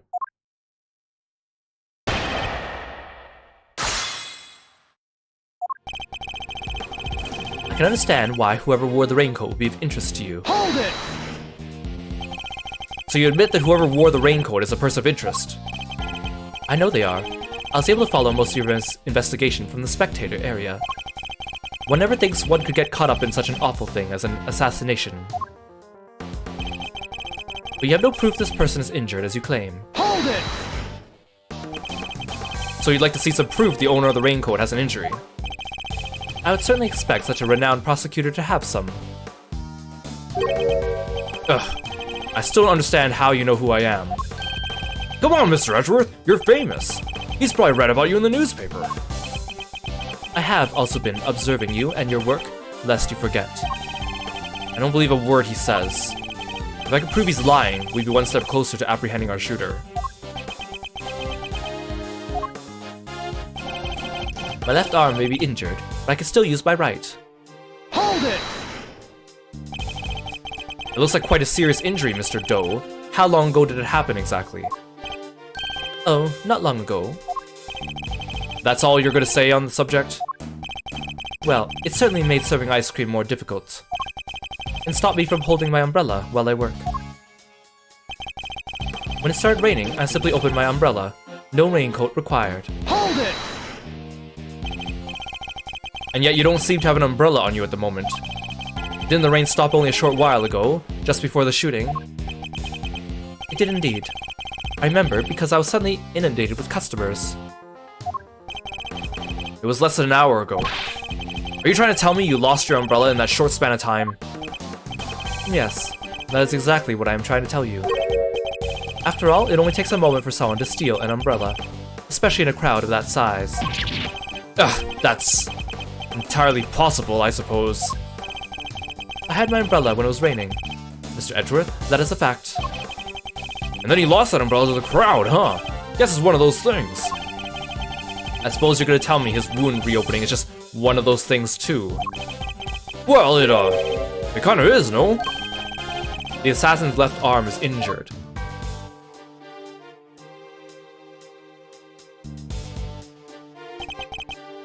As is Mr. Doe's. Why, it's even bleeding as we speak. You're right! That is pretty suspicious. Nonetheless, we need to find something concrete that will link Mr. Doe to the crime. I should press R to open my organizer and look over all the evidence again.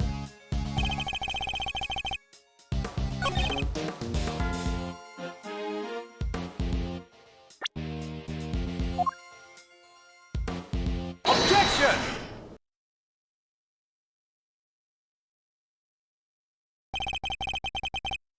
You seem like a careful man, Mr. Doe. But not quite careful enough. After all, you left something behind. Something of vital importance. I'm afraid you must have me confused with somebody else. The coat does not belong to me. Or do you claim to have some kind of proof to support your accusation? Your arm isn't troubling you too much, I hope. Your wound seems to be bleeding again. I'll survive, although I can't pretend it's not something of an inconvenience. You have my deepest sympathies. Because if it wasn't bleeding quite so badly, you could have, perhaps, made a clean getaway. What exactly are you insinuating? As we've already established, whoever wore the raincoat is injured. Now I can prove the person was you, with this decisive piece of evidence. His ice cream's sweating. I love how the ice cream has like a cherry monocle.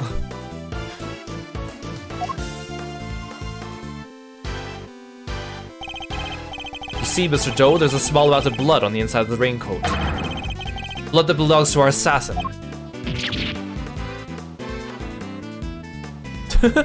Just the way the ice cream just slowly falls back down into his grip. Attempted murder of a foreign leader, causing a diplomatic incident, they'll throw the book at you! You can give us the silent treatment all you like. We don't need you to talk. A simple blood test will give the answer we require. All it takes for us is to compare the blood on your bandages with on the coat, and that will be that. We have the evidence. Why don't you make it easier on all of us and come clean? Admit you were the one who attempted to assassinate the president of Zhengfa. I am not your assassin. You're stubborn, I'll give you that. But if this was a game of chess, you would already be in checkmate. Now do the honorable thing and admit defeat.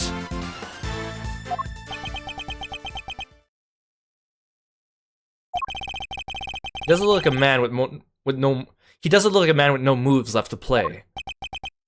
Very well. You have me. I'll admit it. I was wearing the raincoat. He confessed! Say the word and I'll slap the cuffs on him right now! But I did not shoot at the president. What? Mr. Edgeworth, the only thing you have proven is I was wearing a particular raincoat. As far as I am aware, that is not a crime. Doe's deposition, part 2. I am no assassin. I am a simple ice cream seller. One who happened to be wearing a red raincoat while watching the president speak. I was as surprised as anyone when his bodyguards sprang into action and the shots rang out. That's when the spectators panicked and started running and screaming for their lives. Now, are you finally satisfied? I'm telling the truth.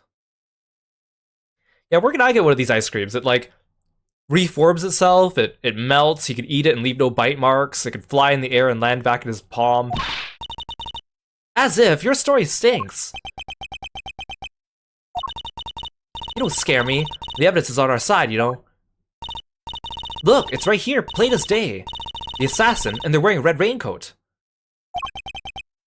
Intriguing, but that is not me. Oh, come on! Tell me, Mr. Edgeworth. Do you really think I was the only one in the entire park wearing a red raincoat today? I do, actually. But then why? Why does he seem so sure of himself?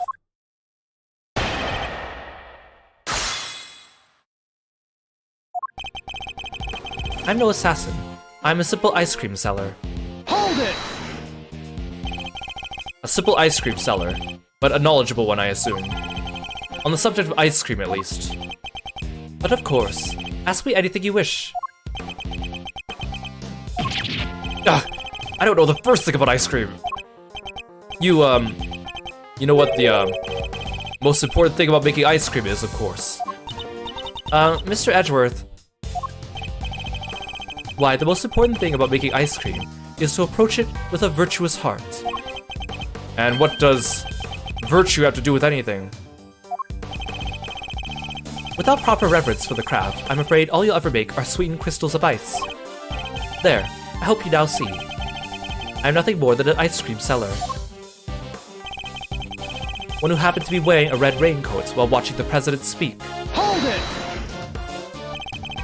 Why a raincoat? Why are we not using an umbrella? Is that so strange? It was a rainy morning. Most people were wearing a jacket of some kind. Well, I'd say it's a pretty strange choice considering you couldn't get one of your arms into it. Better than having one of my hands occupied by an umbrella. I have ice cream to serve, after all. And why go to such lengths to avoid testifying to that effect in the first place? Forgive me. I simply hadn't remembered until now. It's been an eventful day, after all. Eventful? Well, I hardly know what else to call it, Mr. Edgeworth. The president of Zhangfa was shot at. I was as surprised as anyone when his bodyguards sprang into action and the shots rang out. Hold it! So you saw the bodyguards move before you heard the gunshots? Yes. If I recall correctly, they moved first. At least, the one on the left did. You're rather observant, Mr. Doe. I am blessed with keen eyes. The names of the bodyguards were written in the top left corner of the security plan. And the one on the left was Rook. That's correct. Bastion Rook, I believe. I expect he noticed the light from the laser sight. The man is no amateur. Mr. Doe knows a little too much about the business of being a bodyguard for my liking. I'd say our friend here is no amateur either. I'd like you to append what you just said to your testimony if you don't mind. As you wish. The bodyguard on the left, Bastion Rook was it, was especially quick to respond. Hold it! So the bodyguard on the left was the first to move. By the smallest fraction, yes. He reacted admirably swiftly. His name was Bastion Rook, did you say?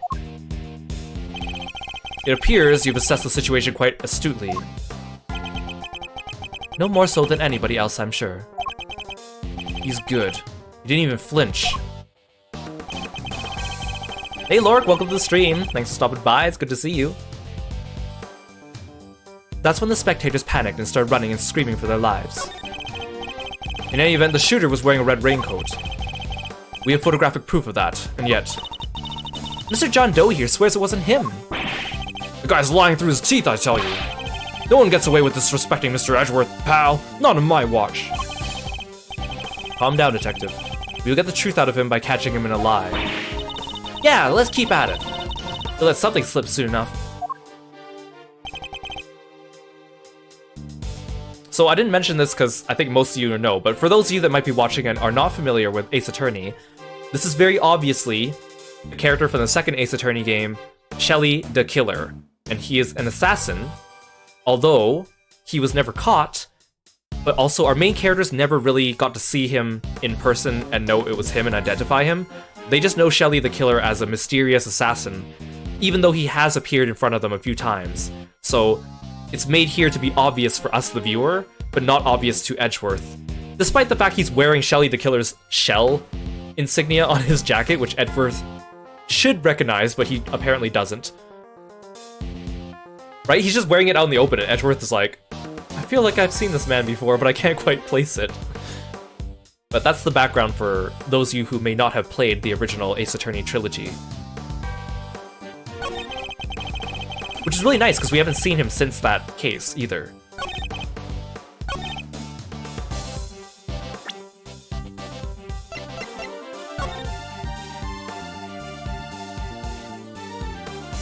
Like how it says, stay frosty. We know who might be in the audience.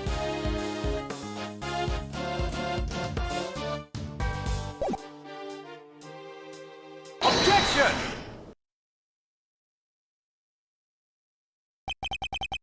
As I suspected, you are more than what you claim to be, Mr. Doe. You overestimate me, Mr. Edgeworth. Oh, then tell me how a simple ice cream seller knows one of the presidential bodyguard's names. What? You jest, surely. You were the one who spoke their names aloud. Rook and Knight, was it? Objection! We only know those names thanks to the security plan. And again, I love the music in this installment. But look closely, only their surnames appear. Yet we all clearly heard you say the name Bastion Rook. How did you come to possess such information? Information we ourselves didn't have. Hey Yami, welcome into the stream. Seems pretty darn suspicious to me. Well, how did you know? Explain yourself. It was merely a slip of the tongue. Another lie! He is the assassin, just like we said. Come now, miss. It's a little too soon to be jumping to such conclusions. I did know their names, yes. And the reason for that is... well... I know Mr. Rook. He and I are acquainted. What?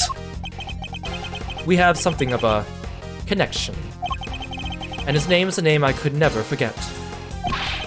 You think we're stupid, pal? Stop lying. I am not lying. I am, as I always have been, a simple ice cream seller. An acquaintance of Bastion Rook. Yes. Objection! And I suppose Mr. Rook will confirm that. Should be easy enough for him to remember his good friend, the slippery ice cream seller, correct? Please, you are more than welcome to ask him, although I think that might be difficult right now. I would imagine he's rather busy ensuring the president's safety. But I suppose you are able to speak with him, and he does... But suppose you are able to speak with him, and he does deny that he and I are acquainted. How will that help you prove I was the shooter? Objection! If you weren't the shooter, why take off your raincoat? Because it was no longer raining. In fact, it had grown quite warm. Far better to let my wound breathe, no?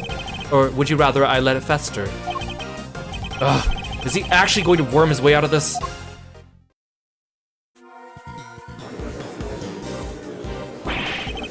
What are you waiting for, Mr. Edgeworth?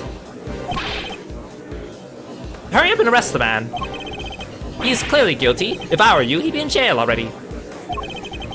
You might be willing to arrest a man without sufficient proof, but I am not. No, come on, Mr. Edgeworth. There's gotta be something you could do. Shocking scenes here as the culprit seems all but certain to escape justice. Seems the court of public opinion has spoken. Very well. As I will clearly be viewed with suspicion no matter what I say, I might as well share what I know. What do you know?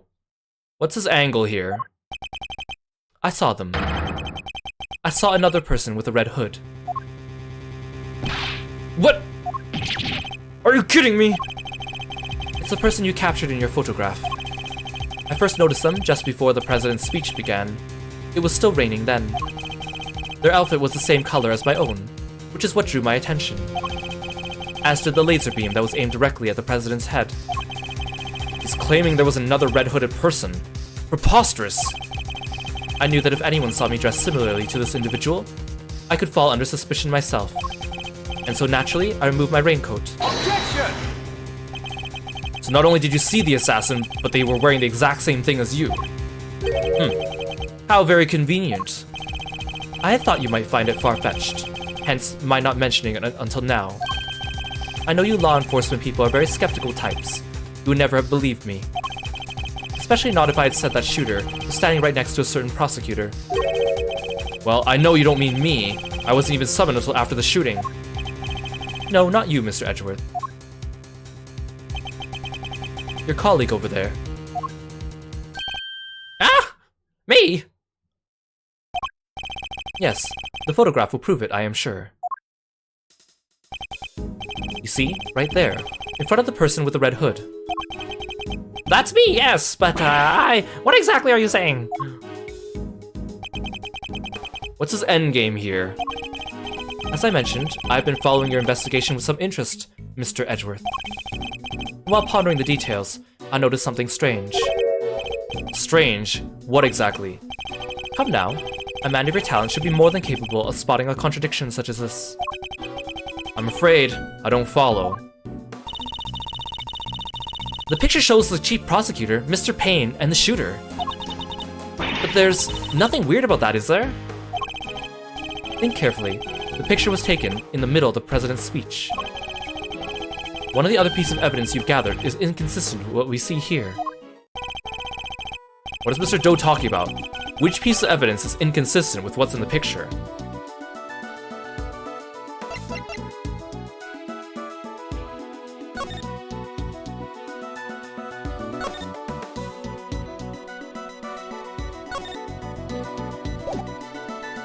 Take that! Of course! The tape! It contradicts the photograph! Ah, so you noticed at last. What's he going on about, Mr. Edgeworth? Someone's missing. Someone who should be here. Huh? But who? Who indeed? The person who's missing from the photograph is... Take that! Huh? Miss Lloyd? How do you figure that? Mr. Payne's voice can clearly be heard on Miss Lloyd's tape, considering that he was conducting a private conversation with the chief prosecutor. Oh, there were these two old guys standing right in front of me. They were whispering away to each other the whole darn time. She must have been very close indeed to capture it on tape. You're right! But she's not in the picture! Precisely. Well, Mr. Edgeworth, do you still believe you have been hounding the right person? Miss Lloyd, would you mind answering a few questions? Whoa, y'all are fixing to put me under the microscope now. Alright, sure, knock yourselves out. I got nothing to hide. Miss Lloyd's testimony. It ain't like I wasn't standing there still the whole time.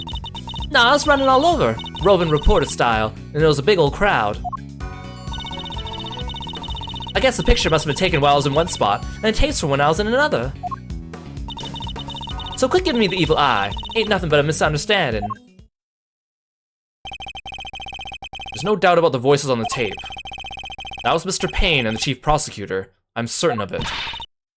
Tabby wouldn't lie to us, I know she wouldn't. But if she did, that would mean... She's our perp!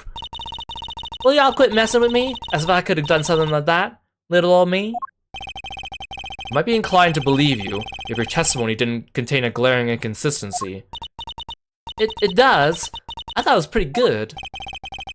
Seems I have no choice but present her with the evidence and expose the contradiction.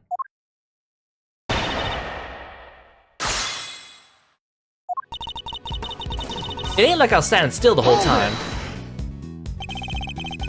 Why would you be moving around if your main aim was to record the president's speech? What now? How do you know, how do you mean? Surely the speech would have been the best recorded from a single consistent position. Well, see, that is, oh yeah, ambience. That's the word I was looking for, gotta capture the ambience. Can't put that electric atmosphere down in print if I don't have a bunch of it on tape for inspiration. Surely all you achieved was fill the tape with unwanted background noise. Y'all are questioning my methods now. I don't do standing still, alright? Nah, I was running all over, roving reporter style in those big old crowd. Hold it! You were running all over? Where exactly? Here, there, everywhere, I guess. What, you don't know what all over means? You think I remember exactly where I was and went in a crowd like that? What do y'all want from me? I'd like you to at least tell us whether you were on the left or right side of the stage. Left? Yeah, left, I think. The suspect of the picture was on the left-hand side, too. Coincidence. Guess the picture must have been taken while I was in one spot and tapes from when I was in another. Hold it! So the fact you were not in the picture is to be expected. Is that what you're trying to tell us? It sure is. I caught your pals, the prosecutors, on tape while I was in one part of the crowd. Then the picture was snapped when I was off someplace else. Look at it that way, it all makes perfect sense. Your assertion, then, is that the picture and your recording were taken at different points in the speech. Yep, time is everything. You learn that soon enough in this line of work. So if I could prove the two things did happen at the same time, your entire defense will come tumbling down. So quit giving me the evil eye, ain't nothing but a misunderstanding. Hold it! Evil eye? Are you suggesting I might be attempting to intimidate a witness? No, I'm just suggesting you lighten up a little. Frown that way for too long and it'll stick. Ain't nothing so bad, a little smile can't make better, wouldn't you say, Ruffles? I'm investigating the shooting of a president, Miss Lloyd. A smile is highly unlikely to help with that. So proclaimed the prosecutor, all the while beaming from ear to ear. Paragraph ends. Perhaps what I ought to do is deploy my even eviler evil eye on her next time. I just can't get a read on her. But I don't feel like she's hiding anything super bad either. I agree that she doesn't seem to be ill-intentioned. But who knows if that means something much worse is lying just underneath. Regardless, we must put aside our immediate impressions. Her actions are on the record. And I have proof that contradicts her testimony.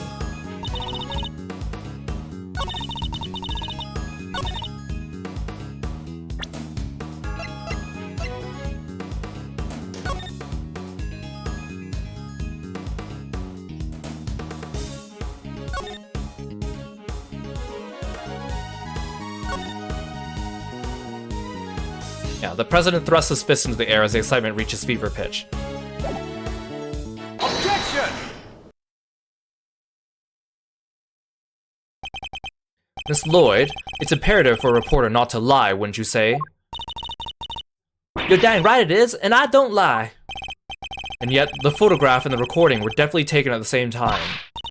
What? You can't prove that. Oh, but I can. The evidence is right here in these pictures. This one in particular shows something that lines up precisely with when you were making your recording. What part of the picture indicates that it must have been taken at the same time as Miss Lloyd's recording? Take that! See here, the president has his fist raised. And what about it?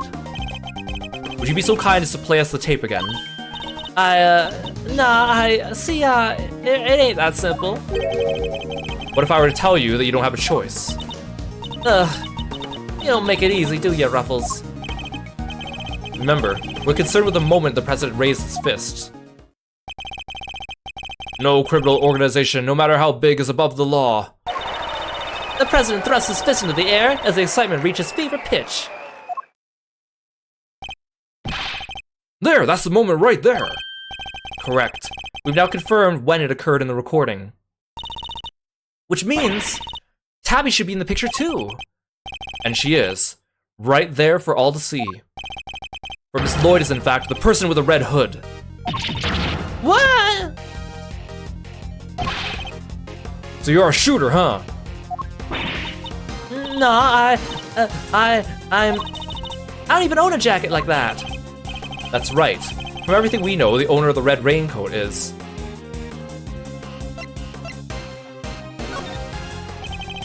We already proven that the red raincoat belongs to Mr. Doe. So you, Miss Lloyd, were wearing something else. Something that also happened to have a red hood. So there are two people with red hoods all along. Indeed, Mr. Doe's last statement was true. Wait, but we only found one raincoat. Where's the other one?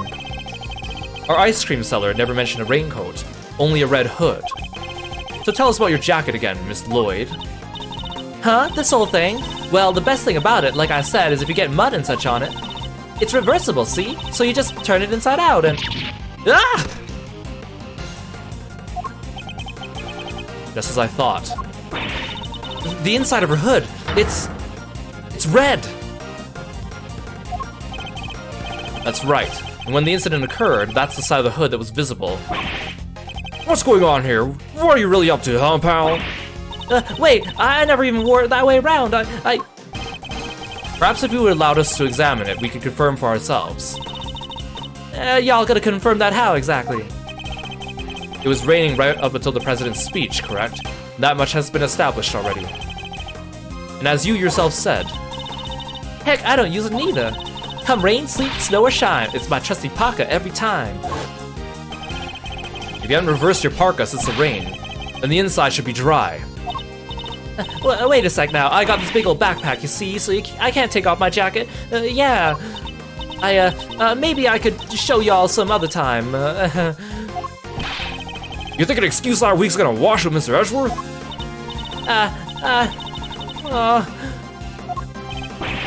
Well, what are you waiting for? If you're innocent, take it off and show us.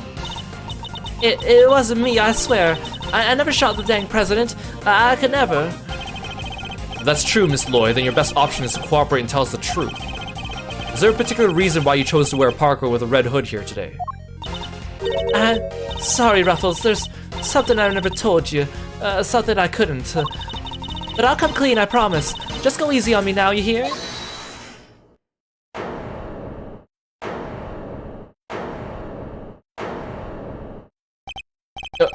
Who said that?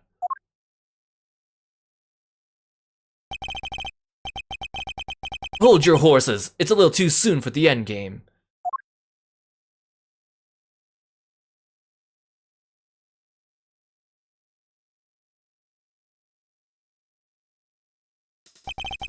That goes for you too, Mr. Prosecutor.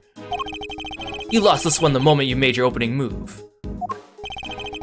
That's one of the men from K's photograph. Guess I better introduce myself.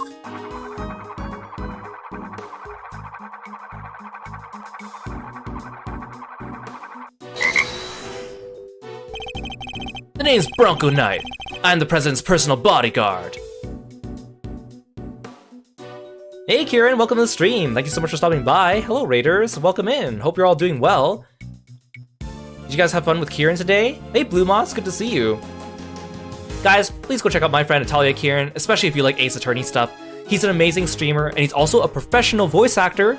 You might recognize him from some anime and games, such as 7 Deadly Sins, or Genshin Impact, or Fire Emblem Heroes. And he plays Ace Attorney, usually on the weekends, and he voices all the characters, and he's really good at it. I've never seen someone with such amazing vocal range. He can do like 5 or 6 different different distinct voices, and you wouldn't know it's him. It's really great. You gotta go check him out. He's currently playing through Dual Destinies, and he's near the end of the game, and I hope you guys had a good time with him. Hey Mono, welcome to the stream. Thank you so much for dropping by. Did you have a good time today, Kieran? Thank you so much for dropping by the stream. I know that you're gonna play this game in the future, so you don't want to be spoiled, so I totally get it if you don't want to stick around and not get spoiled. I think we're reaching close to the end of where the demo of Ace Attorney Investigations 2 ends, I think. Feel free to sit back and relax or go take care of yourself after your stream. I really appreciate it. And the second in command of his security detail. Ah! Point that thing somewhere else, pal! What the heck's wrong with you? Sorry, can't help myself. It's just too much fun being this good. You're not a member of law enforcement, so how did you get a gun? This old girl's on loan from Zheng Fa, temporarily issued to us presidential bodyguards. Anyway, never mind that. I got 2 tidbits of news for you. You want the good or the bad first? Choice is yours. I'm indifferent. Whichever you prefer. Really? You're giving up the first move advantage just like that. Whatever. Your loss. Guess I'll push out the first pawn then. So you play a little chess, I take it. Ah, fellow fan, are you Mr. Red Suit? The name's Edgeworth, and you could say I dabble. Duly noted, Mr. Edgeworth. Alright, I'll start with the good news. The president's okay. Didn't suffer so much as a scratch. He didn't? That's a relief! Particularly for the young lady here, that means there's no longer a murder charge on the table. That is good news, huh, Tabby? Yeah, cause I never... Now for the bad news. The only reason the president's alive is because we bodyguards did our job. One of us did anyhow. Our boss. Put himself in the line of fire. You're referring to your colleague, Mr. Rook. Oh, you think my voice is perfect for Edgeworth? Well, thank you. Yeah, it's game over for him. No way! Rook is dead. A genuine loss. So, you're saying that Tabby... CB, thank you so much for dropping by today. It's good to see you. And thank you for the stretch, Kieran. I appreciate it. Yeah, your friend here killed my colleague. My brother in arms. Heck no! I didn't do it! I didn't kill anybody. I could never. I'll shut my mouth if I were you. Murderer. Sure, we did what we had to do. Sacrifice one of our pieces to protect the king. To lose someone like him during a castling, it's a real shame. Castling? What's that even mean? It's a chess term. Very simplistically speaking, it's a move where a rook switches places with the king. Then why didn't he just say so? Mr. Knight, was it? Yeah, what? We'll need to see the victim's body right away. And if possible, I'd like to ask the president a few questions. Sorry, no can do. And why not? That's the third piece of news, and it's the piece you're gonna like the least. I thought you said there were only two. The National Police Force of Zhengfa will be handling things from here. What? You gotta be kidding, pal. This investigation was assigned to us. We're not about to hand it over. You're the Edgeworth, right? The one who solved the Yatagarasu case? The president mentioned you. I'm honored to have warranted his attention. Makes sense the chief prosecutor would assign this one to you. Wait, did the chief assign me to appease the president? Yeah, you can notice that there's a lot of things about Knight's design that really looks like a horse. I really like it. But that was a mistake, a big one. He should have given the case to somebody with a spine. You're free to take it up with President Wang. If you enjoy diplomatic incidents, that is. Ugh. You're coming with me. We'll continue this on the presidential plane. No. I never did nothing, I swear. We can do this the hard way if you like, but in Zhengfa, justice is served one way or another. Ruffles, come on, you gotta help me out here, please. Miss Lloyd. She was the one in the red hood. There's no denying that now. But I can't help feeling we still don't know the whole truth behind this case. I'm innocent. You gotta believe me. Can I really let this happen? Is this really how it ends? The look in her eyes. The crack in her voice as she begs me to help her. This is no act by a criminal. She's genuinely scared. And if I let him take her, we'll never know what really happened.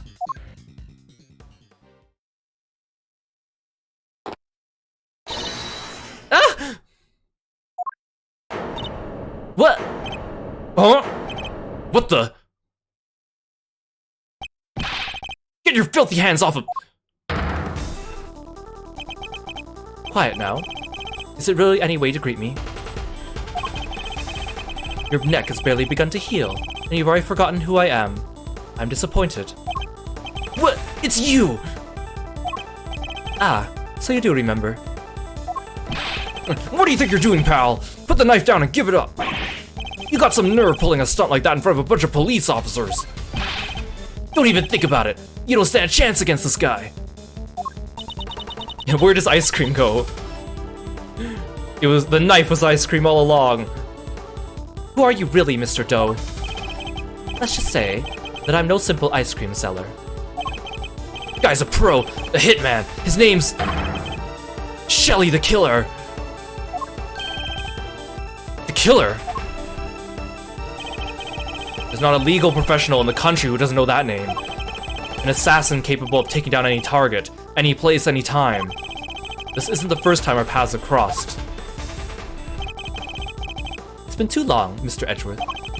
But of course, this is the first time we've met face to face. You're the assassin we've been looking for. In a sense, yes. A certain someone did indeed hire me to carry out a contract. And that contract did indeed specify that I was to assassinate President Wang. I swear I've seen his picture in one of my old files before, but... Ugh! How could I have been so careless? My bandage proved useful for bringing a knife into the park undetected. But I miscalculated in certain other regards. You didn't bring a gun. Now, shall we play a little game, Mr. Knight? I know how fond you are of such diversions. The stakes must be high in order for it to be fun, of course. Shall we wager, say, your life? What do you want from me? I would like for you to allow Mr. Edgeworth to remain in charge of the case. But what? What are you up to, killer? I would simply like our mutual friend to see things through to their conclusion. Huh? But why? Bastion Rook was a man of great skill, one with whom I felt a certain connection. It is only right the truth behind his death be brought to light. With Mr. Rook's departure, the case is now yours to investigate. Is it not, Mr. Knight? I'm simply asking you to transfer that authority to Mr. Edgeworth. It's not something worth losing your life over, surely? You're just using the investigation as an excuse to get close to the president! Am I really? I suppose it is true that in order for the investigation to proceed, we will need to enter the presidential plane. You think I'm gonna let you near him? I'm his chief bodyguard! Are you? And here I thought you were only second in command. Rook's not around, that means I'm number one! I wonder if you have what it takes to step into such capable shoes. Of course I do! I'm the leader now, me! If it is that indeed the case, I would ask that you make a choice worthy of a leader. Will you needlessly throw away your life, or will you allow the investigation to continue? Ugh. Is he really doing this to gain access to the president? Does he even need to? What is he plotting? You have no objections, I trust, Mr. Edgeworth. Come, let us continue the investigation. What do we do, sir? What do we do, sir? It would seem we have little choice but to do as we're told. That said, listen, detective, and listen well. I'll buy us some time as I investigate. Meanwhile, you gather the other officers. Have them surround the plane, and make absolutely certain there's no way he can escape. Yes, sir! You got it! To be continued.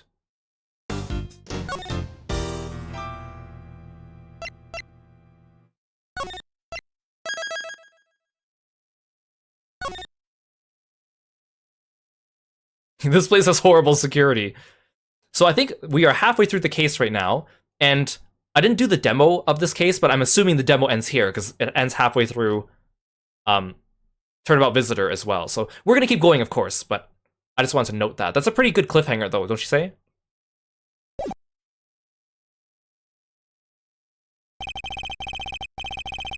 With the death of Bastion Rook and the revelation that Shelly the Killer was in our midst, the case had taken a turn we could never have predicted.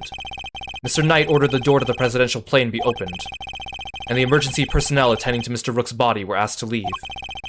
With the scene cleared, we stepped cautiously aboard. March 25th, 4:15 p.m. Zhengfa presidential plane. No president in sight. Now where could he be? Who knows? Ah, so he's hiding behind that bulkhead door over there, is he? As courageous in the face of danger as ever. Ha! Sorry to disappoint, but... Did you seriously expect me standing here waiting to meet his assassin? As we already established, my interest lies only in the successful conclusion of this investigation. Now, Mr. Edgeworth, if you would be so kind as to examine the body. Alright. My only option right now is to play along. The rest is up to you, Detective Gumshoe. So the attempted assassination of the president has become the murder of a bodyguard. Huh. You look like you could use a little help there, Mr. Edgeworth. Not that I need it, but yes. That's what I thought. Then there's nothing else for it. Kay Faraday, great thieves extraordinaire, will have just take it from here. Oh really? You mean you're going to solve the case for me? Nope. I thought not. But I will provide vital assistance. Now let's get scouring this crime scene from top to bottom. It will take Detective Gumshoe a while to assemble our backup. So I'll need to draw this part out of the investigation for as long as possible. Yeah, they let Tabby on the plane with her giant backpack and bear trap. 2 gas masks. In case of a poison gas attack, I suppose. The president certainly seems to think he's at risk of assassination at all times. Wow, gas masks. I've never seen one before. I heard plenty about them, of course. Oh, from a fellow thief, I presume. No, from the Jam and Ninja. You know, my favorite kids' TV show. Princess Murasaki was getting married, but toxic ninja Wolfsbane showed up to lay down some sick burns. And time to tune out. Might save myself a brain cell or two.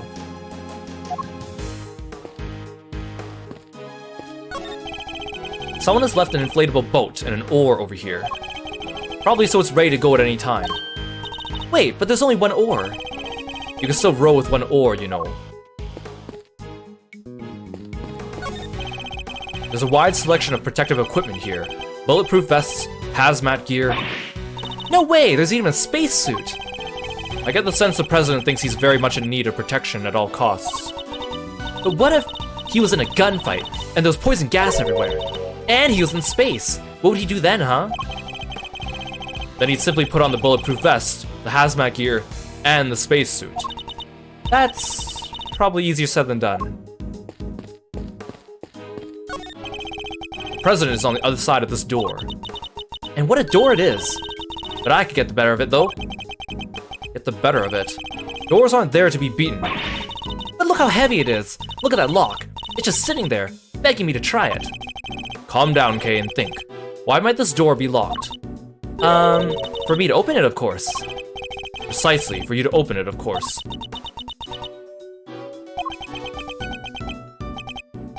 Wait, what is the right answer anyway? It's a bank of monitors displaying camera feeds from and in and around the plane. I must scour the scene and inspect anything that catches my attention.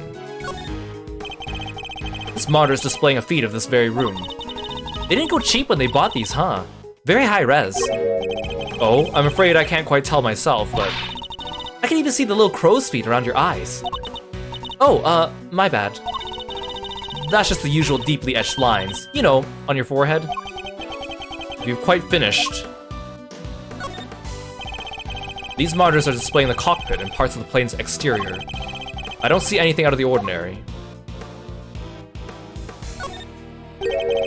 What on earth is this? Oh, it's the president's favorite plushie. Or, oh, that's Knight. Oh, that's the president's favorite plushie. It's a memento of something. Anyway, don't touch. But if that's the case, then why has it been left up there like nobody cares about it? Yeah, that is perfectly weird. It certainly wouldn't be the first place I would think to display a beloved item. Wait, are those shards of glass underneath it? I thought something seemed strange about this cubbyhole, but now I'm sure of it. There's almost certainly another monitor here.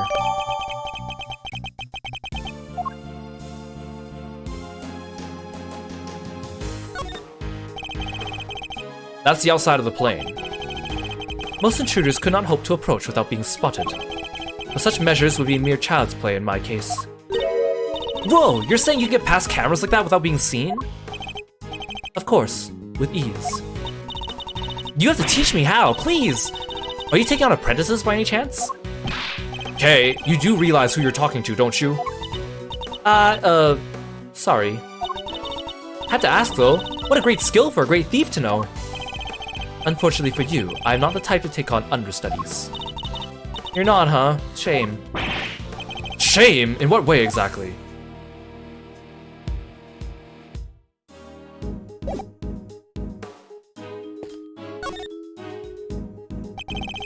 must scour the scene and inspect anything that catches my attention.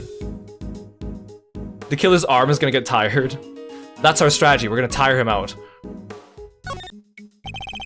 A curious figure of a curious animal with a curious expression is staring straight at me. And look, there's a big lever right by its butt. Don't even think about it. Oh, I wasn't thinking anything, I swear. I imagine that lever opens the panels beneath my feet. Ah, I see. So he's standing on a trap door. I strongly advise you not to pull it. Do so, and you will regret it. You know, I'm okay with taking some advice, especially when it's from a professional killer. Documents of some kind. We could always steal a glance.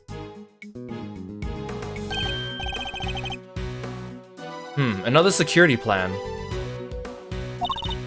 Oh yeah, like the one from the trash can. Precisely. But wait, something feels off.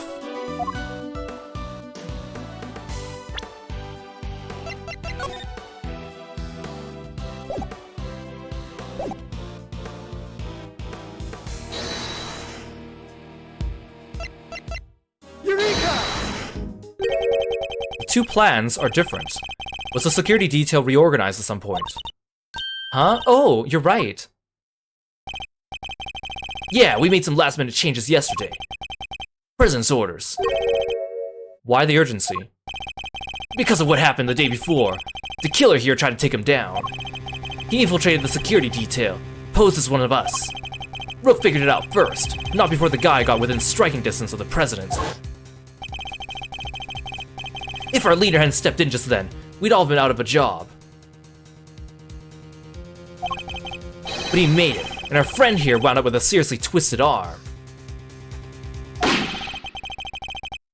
Rook put a bullet in him for good measure, though.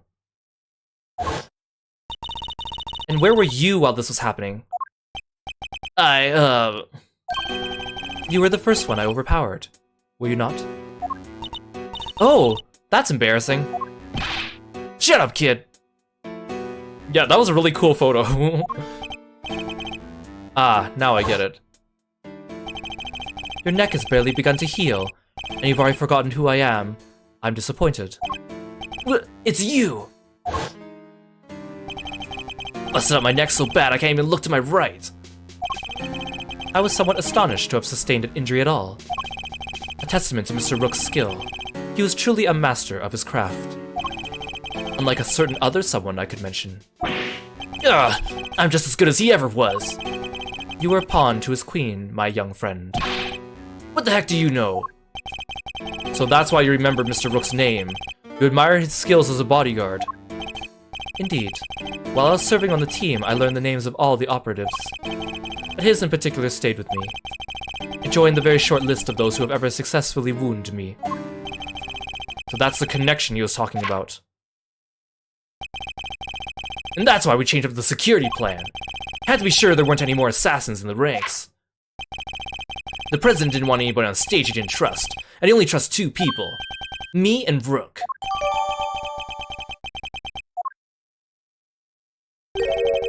How does that explain your change of position? Oh yeah, he switched over to the right-hand side. I told you, I can't turn my neck to the right. I can only cover the president's left side. So I wound up moving to the right side of the stage.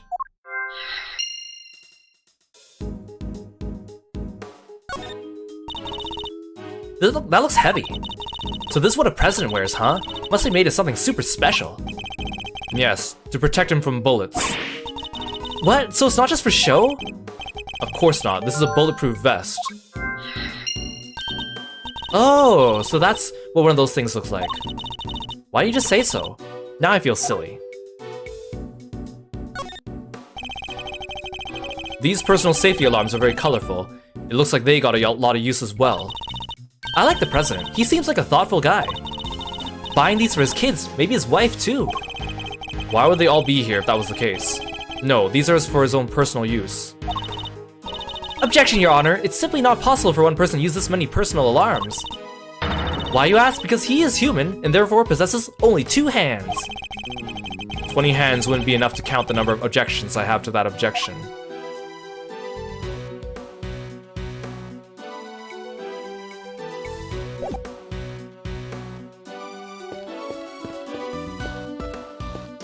Wait, he has a bird!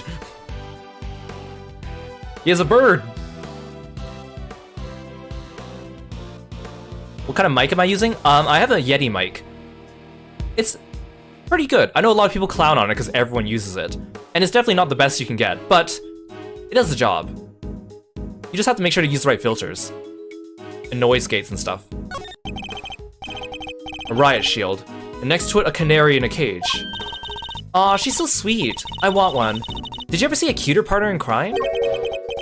Partner in crime? Well, yeah. She can help me with lockpicking. Stuff like that. A great thief has no greater ally than nature, Mr. Edgeworth. Sadly, such birds are most commonly used for detecting poisonous gases. Wait, this one isn't actually for that, is it?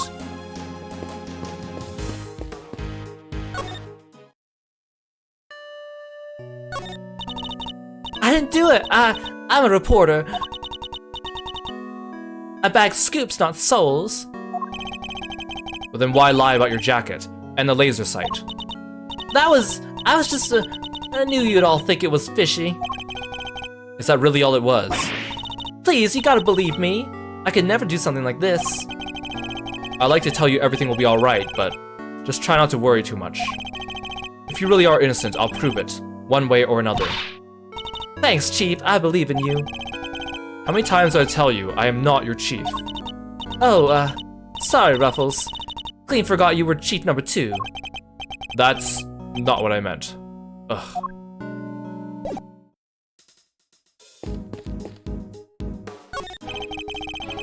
I do have high hopes for your investigation.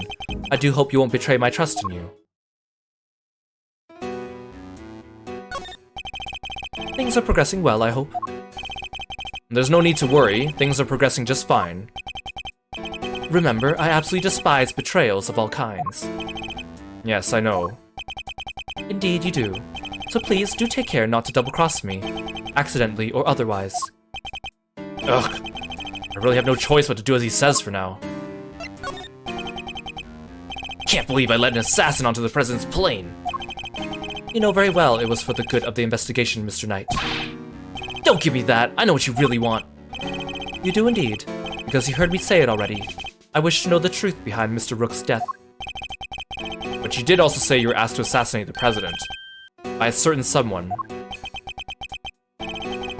You seem to have forgotten that there are more pressing matters at hand. Ugh! Ugh! I don't often carry out unpaid work, but it's not entirely unheard of. Fine. I'll get back to the investigation. Good. I'm expecting great things from you, Mr. Edgeworth.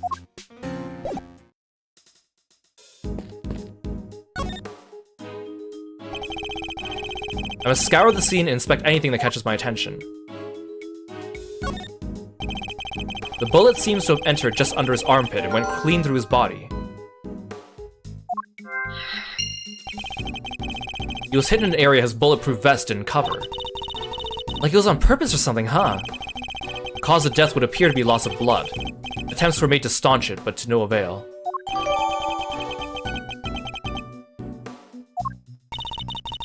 The medics must have been brought in to try and save him. Sadly, it was a little too late. Yeah, the fact that they even... Knight suspects Tabby, and yet they let her onto the plane. And she's being unguarded. Achilles' armpit. Poor guy. It's the victim, Mr. Bastian Rook, bodyguard to the president of Zhengfa. He's one of the guys that brought the president inside as soon as the shooting started. Which means he continued to do his duty right up until his dying breath. At least he'll get posthumously promoted? Okay, it's better to know when to say nothing at all than to end up with your foot in your mouth. What do you mean?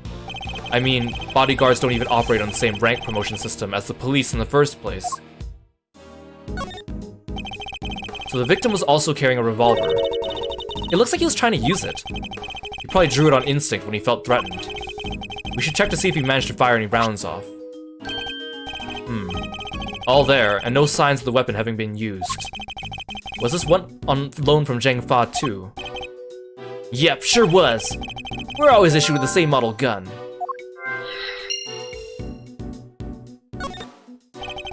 It's a bulletproof attaché case. Bodyguards used them to shield their clients from gunfire. There were some in case photographed too. Looks like Rook and Knight each had one.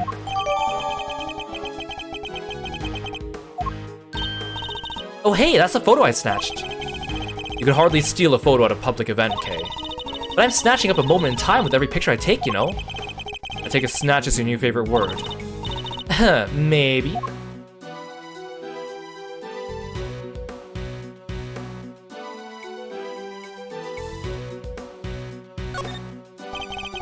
It's a trap door connected to the lever on that curious figure. If someone were to open it, everyone would fall through. Mr. Rook, Mr. the Killer.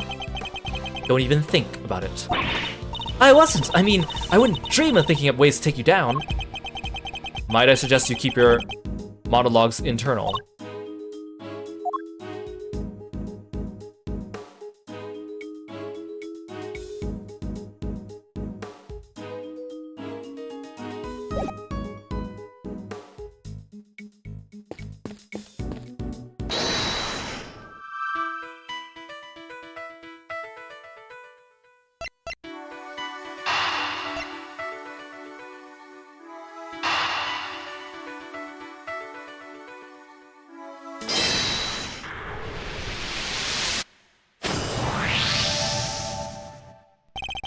Two bullets were fired in total. We know this because two shots were heard. One traveled through the flag and into the balloon. The other took Mr. Rook's life. But there's a bullet in the president's vest too, right? How's that possible? How indeed. The numbers don't add up. However, there is one possible explanation. There is? After passing through his body, the bullet that took Mr. Rook's life then found itself lodged in the vest. In other words, two of our bullets were in fact one. No way! He's right. If the president had been wearing that vest, things could have been a lot worse. He wasn't injured at all by the impact. Even when obstructed by a vest, a bullet can inflict serious damage. Sure, I've known guys who got broken bones that way. But the president's okay. He's made of strong stuff. Sounds like he didn't even need a vest. Let's not get carried away here. I want that bullet's ballistic markings analyzed. Remind me what those are again? Guns leave a unique pattern on grooves on every bullet they fire. By examining these grooves, we can use them to identify which gun it came from. Think of them as fingerprints of a sort. You can tell all that from a bullet? Then what are we waiting for? Analyze away! Might be easier said than done. That bullet hit solid armor. The impact will have completely flattened it. You'll be lucky if there's anything left for forensics to find. What? But I was all set for some analyzing.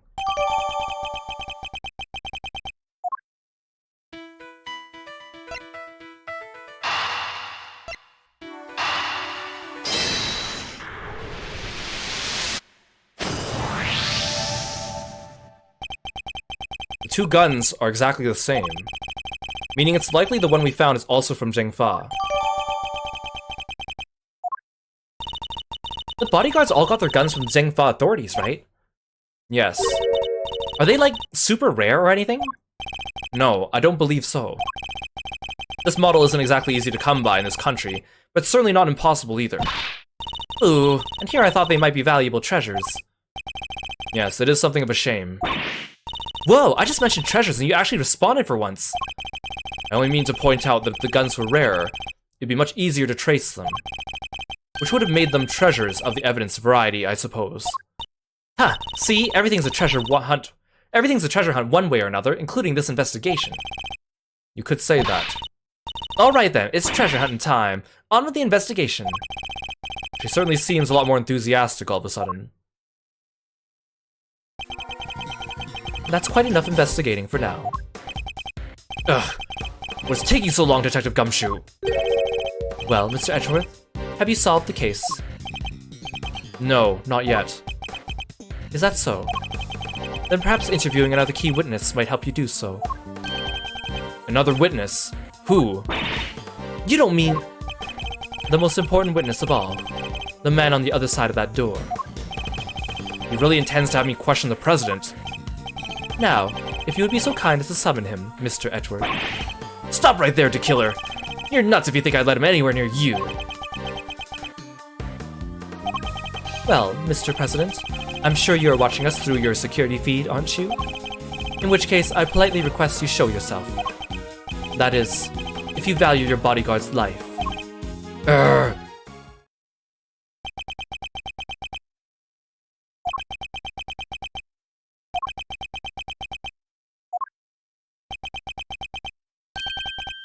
Well then. If nothing else, we know what kind of man you really are. Mr. President! Stop! You can't do this! Let's all just calm down, alright? Come on, detective. Where in the blazes are you? Ah! The lights! What's happening? Listen well, Mr. Edgeworth. I would advise you to stay very still. It seems I will not be granted my audience with the President after all. Even with Mr. Knight's life as my bargaining chip. No, stop! Ah! Ah! Okay, you won't get away with this as the killer. I have seen enough, and now I know the truth. Hey Erin, welcome to the stream. Thank you so much for following me and being a froggy friend. Welcome in. Where are you? Where'd you go? Ugh! I leave the rest in your capable hands, Mr. Edgeworth.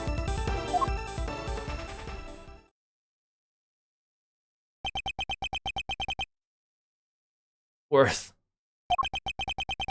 Sir. Edgeworth. Detective Gumshoe. Sir, Mr. Edgeworth, sir. March 25th, 4:45 p.m. Zhengfa Presidential Plane.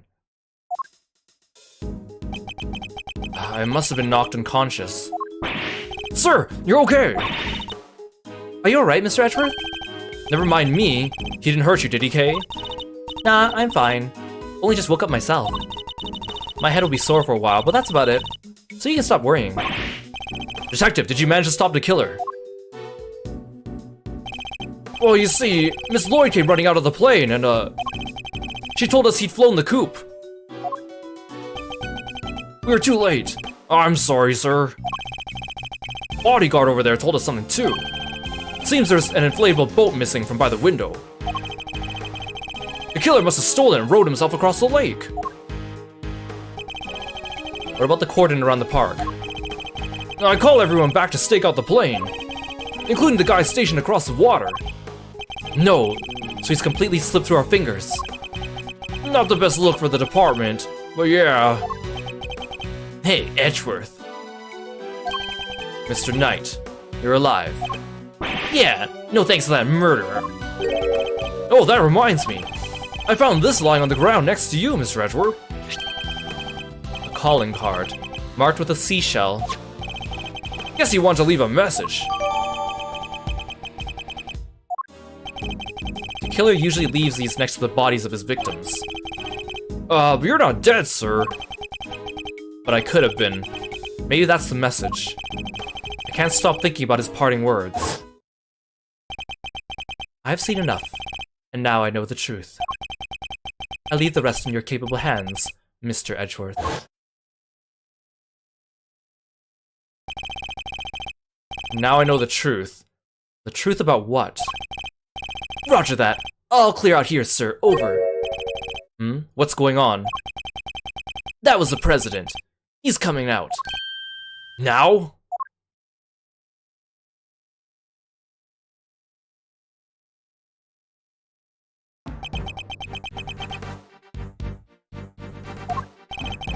So he's the president of Zhengfa, Mr. Dijin Wang. And you are?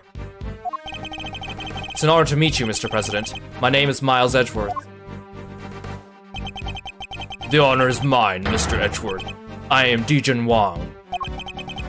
Your efforts on behalf of Zhengfa have not gone unnoticed. You averted something of a crisis. You must be referring to the Yatagarasu case. Thank you, sir, but all I did was solve a few local cases of murder. You are too humble. I've been observing your investigation. You are an impressive operator, Mr. Edgeworth, even if the killer did get away. It's very kind of you to say. So he was watching through his security feed. Sadly, I must inform you that this is as far as your investigation goes. What did you mean? Hear me, foolish prosecutor, for I shall say this only once. Knight has apprised me of the state of affairs. And from this point forward, the case will be handled by Zhengfa's police force, the finest in the world. Even with the killer out of the picture, they're still looking to get me thrown off the case. What do you think you're doing, pal? No one talks to Mr. Edgeworth like that. If it hadn't been for him, the killer would have... Detective. Forgive him, Mr. President, but I must confess to being somewhat confused. I fail to see how or why this case falls within Zhengfa's jurisdiction. You fail to see. Enough, puny prosecutor. You seek explanations from a head of state. I say no, 1,000 times no. I will not explain myself to you. So he doesn't exactly have a name pun. It's not supposed to be like Dijon mustard or anything like that. Just like with Lang, in the Japanese version, his name is made up of kanji, and then they took those kanji and took the Mandarin pronunciation of the kanji, and then turned it to English, and that's where his name comes from. Even the fan translation uses a very similar name for him, but it's spelled a little differently.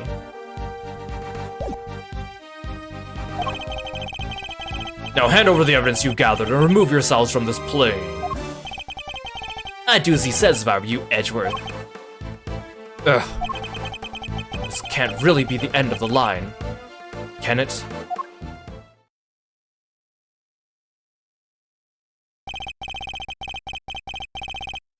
Case evidence handed to Mr. Knight. Why? Why let us come so far only to pull the case out from under us? Now, you may leave. Knight, detain the suspect. Yes, sir, right away. To make an attempt on my life, to murder one of my faithful servants. The effrontery, the villainy. I didn't murder nobody. Cause I... Shut your mouth, Miss Journalist.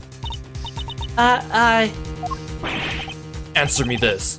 In a world already lousy with lies, with deception, with sin and inequity, can we stand by and suffer yet another crime to go unpunished? I say no 1,000 times no. There can be no forgiveness. There can be no surrender. Why, you ask me? Then I will tell you. He's hiding something, I'm certain of it. And if I leave now, we'll never know the truth. Mr. Edgeworth, sir! Mr. Edgeworth, there's gotta be something we can do.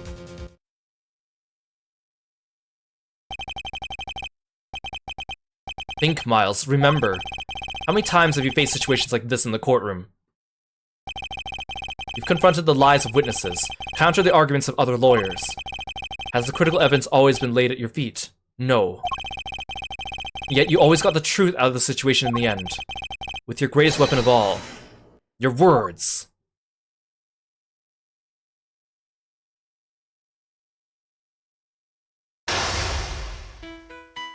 Domain expansion, mind chess. Now let us analyze the state of play. Begone, puny prosecutor, or do you dare defy the direct order of President? He's not going to listen. He clearly means to drown out any objection by means of pure rhetorical force. When an opponent is on the offensive, the best thing I could do is bide my time and wait for an opening. As he said himself, he's a head of state, a seasoned politician. He won't open himself up to attack easily. I can't let him bully me into submission. I have to stay calm and alert. If I can read his movements and expressions correctly, I may be able to find my moment. My first aim should be to find out why he's insisting on Zhengfa taking over the case. The board is set. Time to make my opening gambit.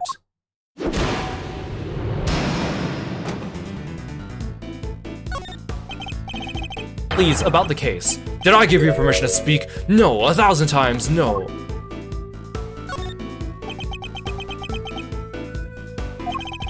I am the leader of Zhengfa. I have no time for your insolent backchat. I was simply hoping to confirm one basic fact. You say the investigation will now be assigned to your national police force. I do. Now enough of your pointless questions. I like the idea of Edgeworth just like standing here, tapping his finger, quietly staring, as like a rebuttal to someone getting angry at him. Good boy. The interior of the plane is the sovereign territory of Zhengfa. You have no rights here. Is that so? Could it be that our current location itself is somewhat significant? I should keep that in mind. It could be a useful clue.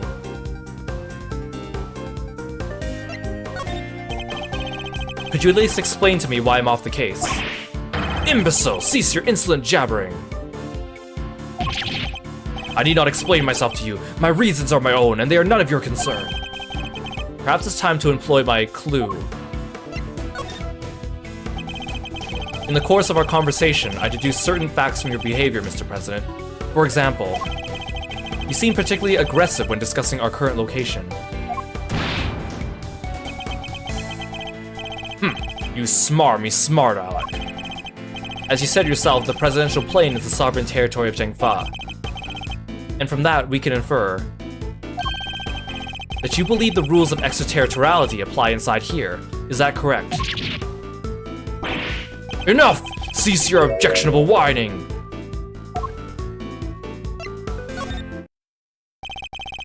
You can rant and roar as you like, but you won't escape my scrutiny. Hey Kyoko, welcome to the stream. Thanks for stopping by. It's good to see you.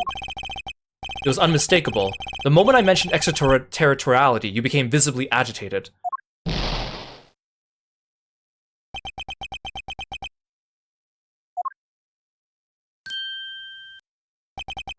You think you're clever, don't you? Let me answer your little question.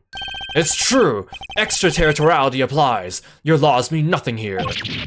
And why does that matter, you ask? It matters because it means you are powerless. You have neither influence nor authority here. Interesting. So the extraterritoriality issue does have something to do with all of this. Huh. Let's dig a little deeper into the claim the plane is sovereign territory, shall we? The next move will surely decide the victor. He may be the president, but nobody's untouchable. I just have to find the right angle of attack.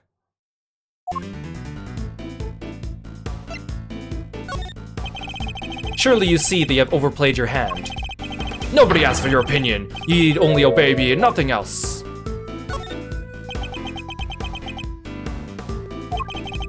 You dare tell me how to govern, how to lead? You dare contradict me? On the matter of Miss Lloyd's guilt, yes, I do.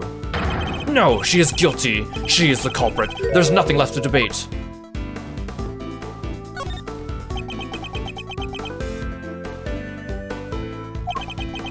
Who else could have fired from outside the plane? There's no other viable suspect. Fascinating. So he's claiming Miss Lloyd fired at him from outside the plane. This could be a vital clue. You believe that extraterritoriality applies here, but can you prove it? Do you even understand what you are asking? Of course, if I didn't, I wouldn't ask. Have you no shame, calling into question the good word of one such as myself?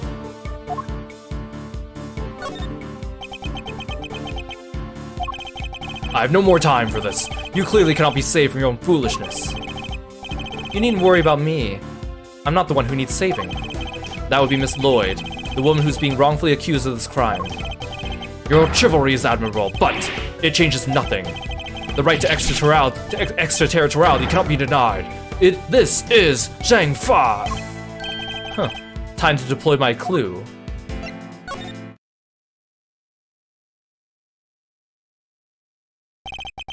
I may not be able to call the extraterritoriality of the presidential plane into doubt.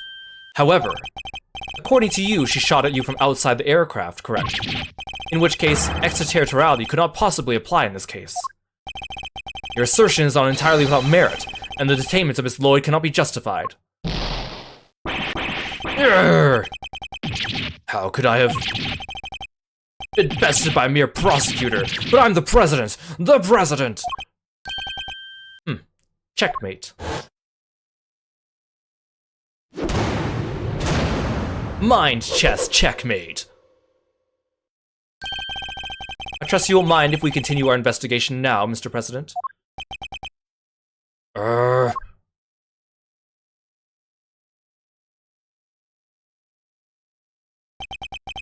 hereby officially and unreservedly confirm my approval.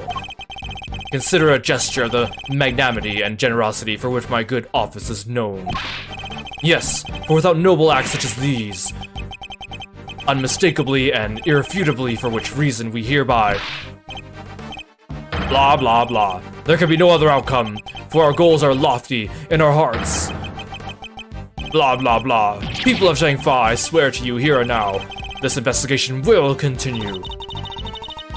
All that when he could have just said, okay, you got me? Mr. Knight, if you would care to return the evidence. Pfft, take it.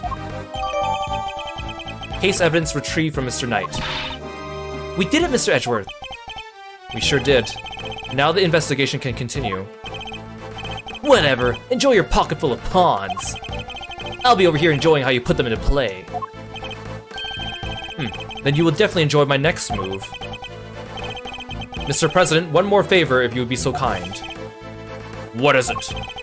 Would you please give us your testimony concerning the incident itself? Now you want me to testify? Whoa, whoa, that's your next move? If you want the president to testify, you'll have to take him to court. All in good time, Mr. Knight. He will get his day in court soon enough. But if a person of interest refuses to cooperate in the investigative stage of the process, they are obliged to provide detailed justification as to their reasons for doing so. That's...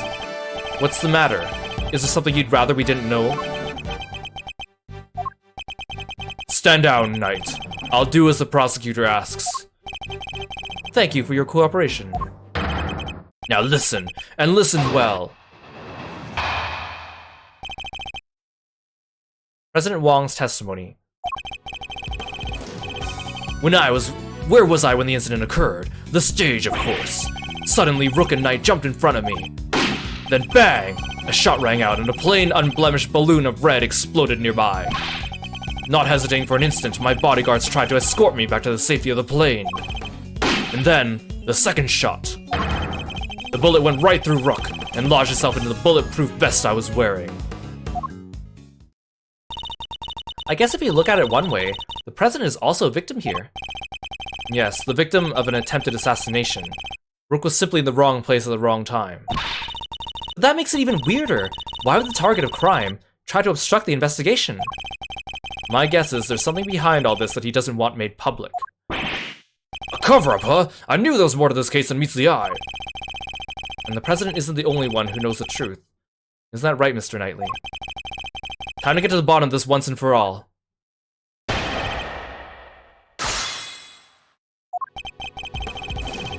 Where was I when the incident occurred? The stage, of course. And how would you describe the incident exactly?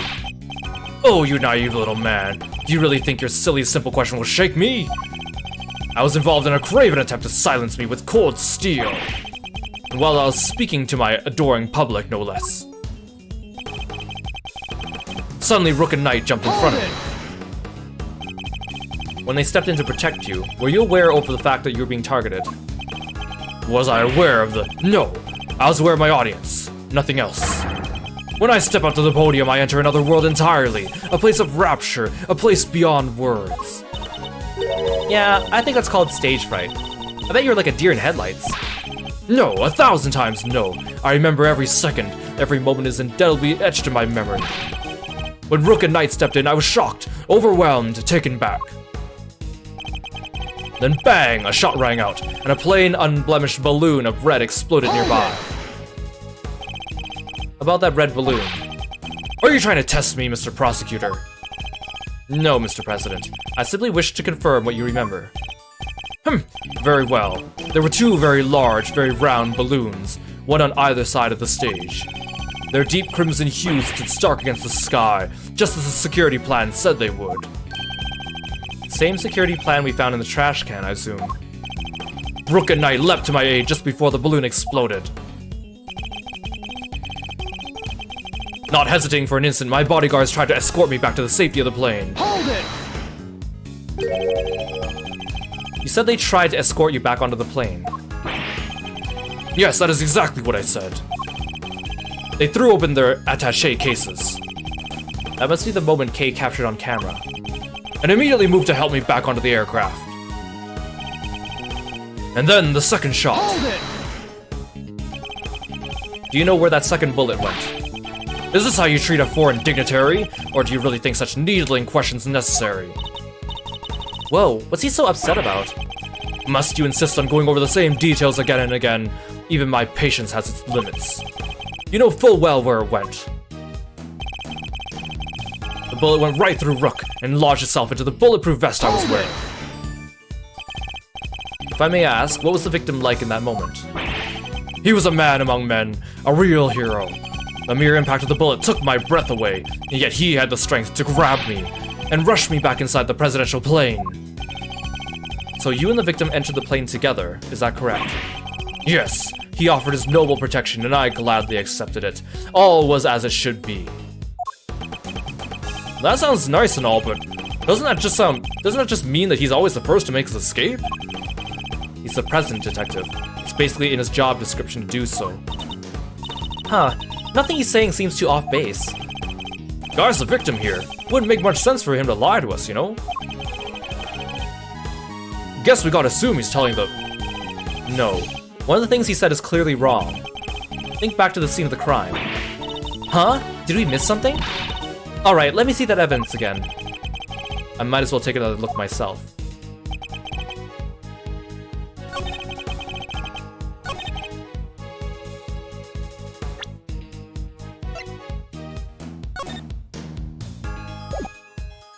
Objection!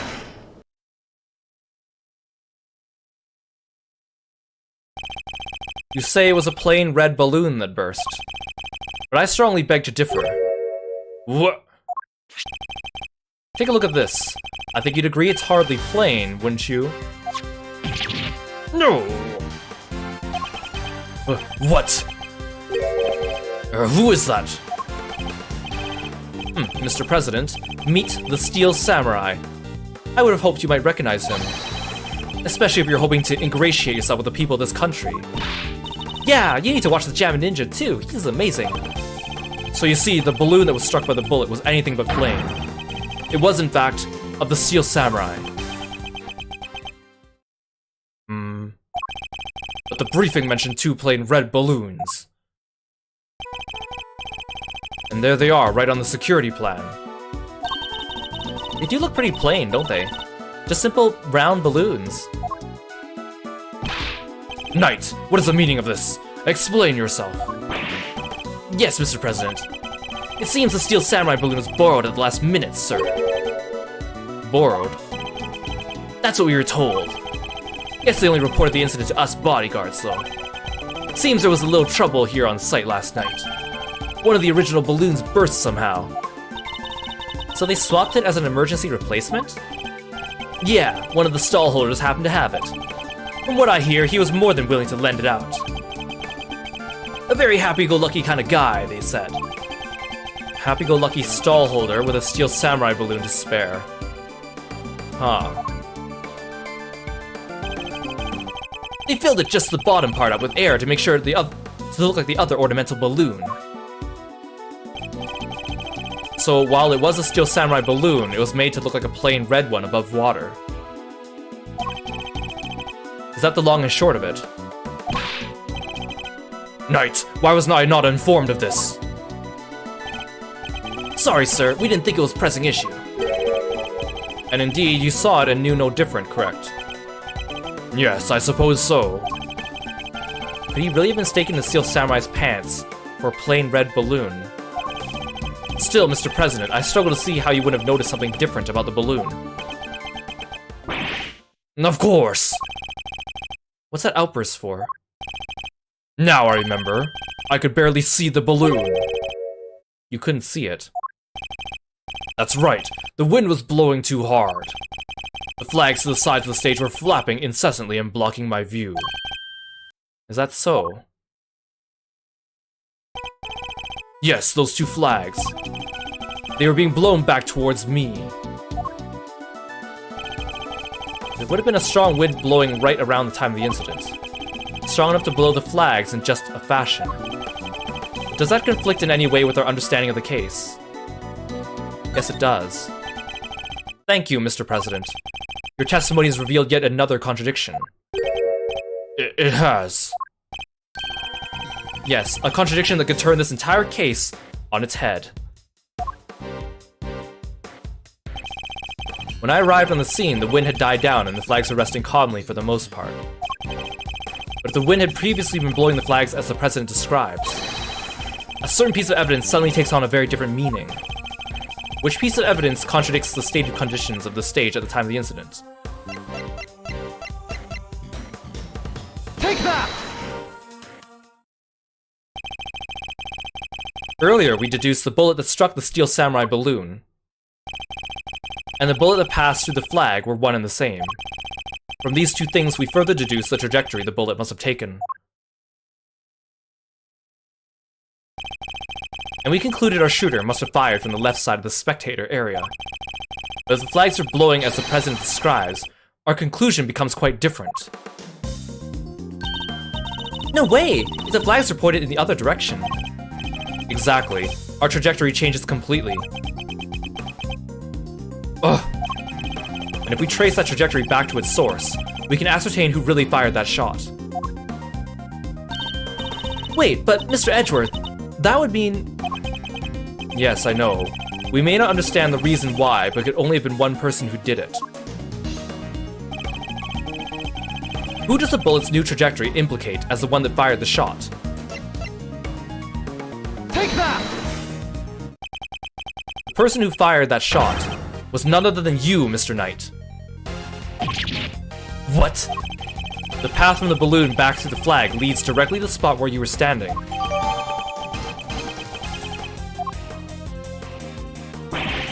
But the guy's one of the president's bodyguards. Why the heck would he go around shooting balloons? This is absurd. What exactly are you trying to imply?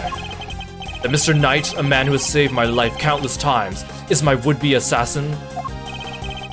Seriously, Edgeworth, we put up a lot from you, but this... We're President Wong's bodyguards. We're the pieces put on the board to protect the king.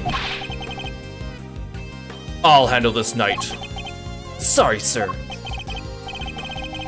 Mr. Edgeworth, the wind was indeed blowing quite fiercely around the time of my speech. But the wind can pick up and die in an instant, can it not? Therefore, I need proof. Proof it was blowing hard enough to lift the flags during that crucial moment. The first shot was fired right around the time the president raised his fist. I have a piece of evidence that shows just that. Perhaps it could also show us what was happening with the flag then, too.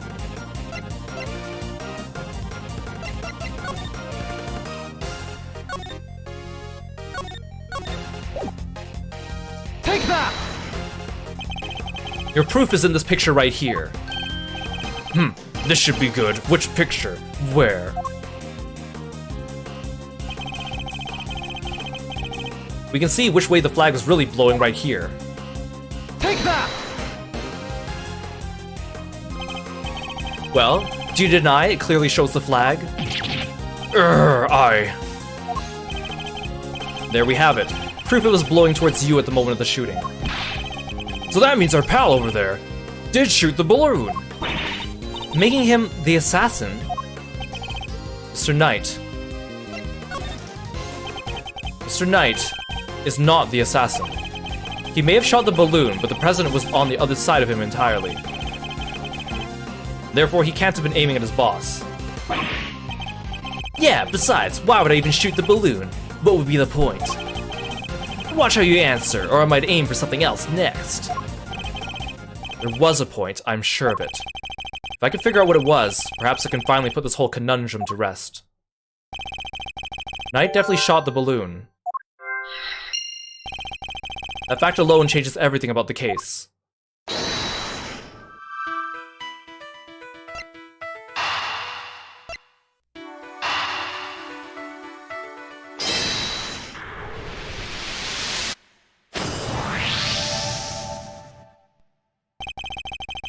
Why did Knight's assigned position change? I told you, I can't turn my neck to the right. I can only cover the president's left side. So I wound up moving to the right side of the stage. But is that the only reason? Let us suppose the plan hadn't changed. The Knight had remained posted on the left. Given he was unable to turn his head to the right, would he even have been able to shoot the balloon closest to him? Could it be? The security plan was changed for that express purpose of popping one of the balloons. If we suppose that to be the case, the two plans are different. Was the security detail reorganized at some point? Yeah, we made some last-minute changes yesterday. President's orders. That's right. The President was the one who ordered the change.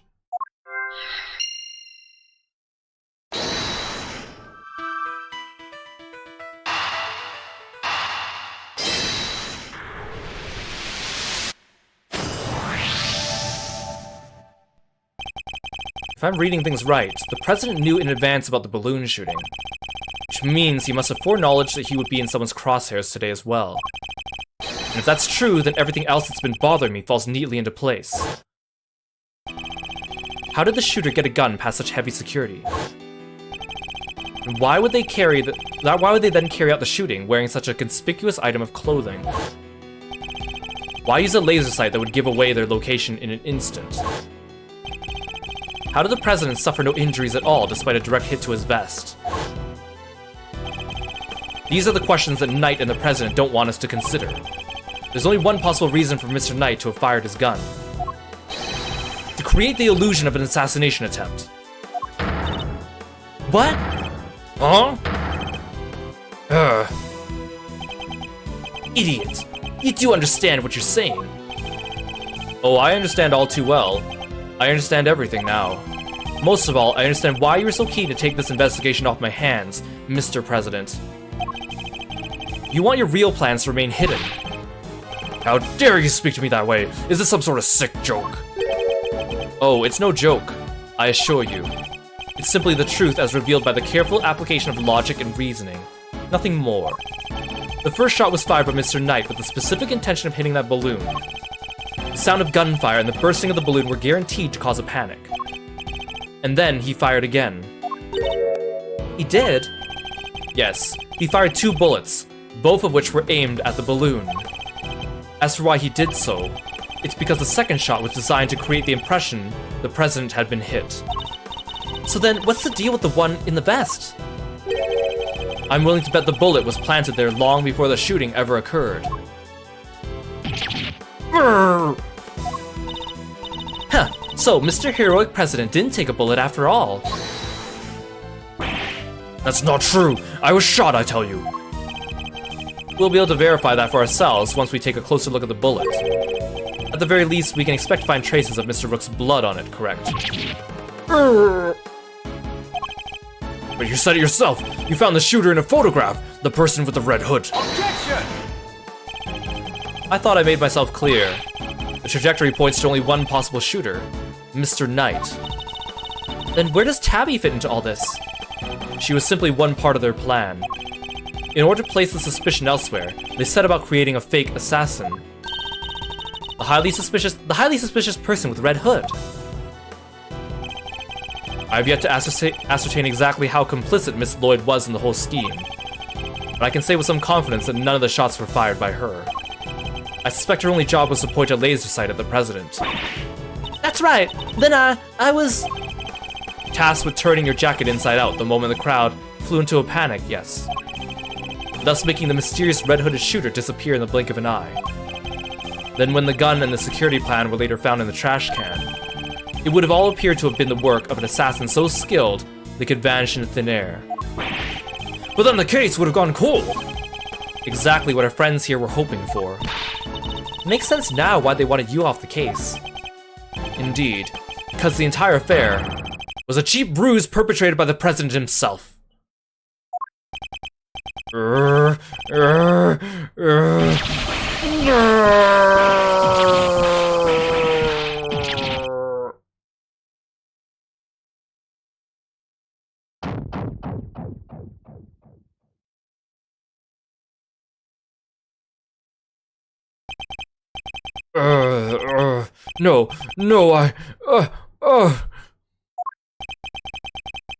Presidential mask has well and truly slipped.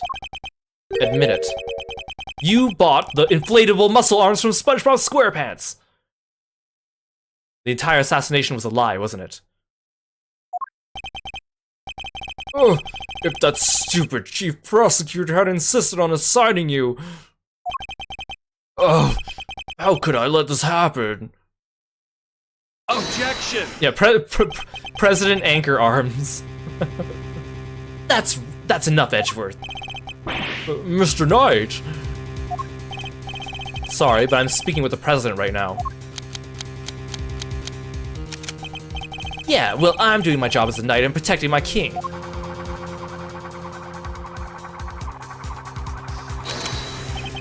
So go ahead, keep running your mouth. Perhaps it would be better if we stuck to threatening each other with words. He wouldn't. Would he? Nah, I don't need this thing to shut you up. Alright, my move. Question. You claim I fired my gun from on stage. How do you figure I did that in front of a crowd of thousands? An excellent point. Time for my counter move, I suppose. You had a certain something that allowed you to conceal your actions. A certain something, huh? Mighty specific. What did Mr. Knight use to hide his actions from the crowd? Take that! My attaché case. Yes, take a look at Kay's photograph. Your right hand is completely obscured by the case. At the very moment this picture was taken, you were firing your gun. And in such a way you wouldn't be detected. Objection! You don't like to let the facts get in the way of a good theory, do you, Edgeworth? Shame you don't seem to have noticed. Noticed what? The theories are all you have. Conjectures, nothing more. The flag was billowing in the wind at precisely the right moment. I hid my gun with the attaché case. We changed the security plan because I couldn't turn my head. It's all just speculation. Circumstantial evidence at best. You can't prove any of it. Ugh. If you at least had the bullet that burst the balloon, you might have a scrap of credibility. Imagine, you could run forensics to see if it matched my gun. But no, that bullet is at the bottom of the lake. You're gonna go dredge it up? I hate to say it, but he's right. I don't have anything concrete. I thought not. Maybe now you can shut your mouth.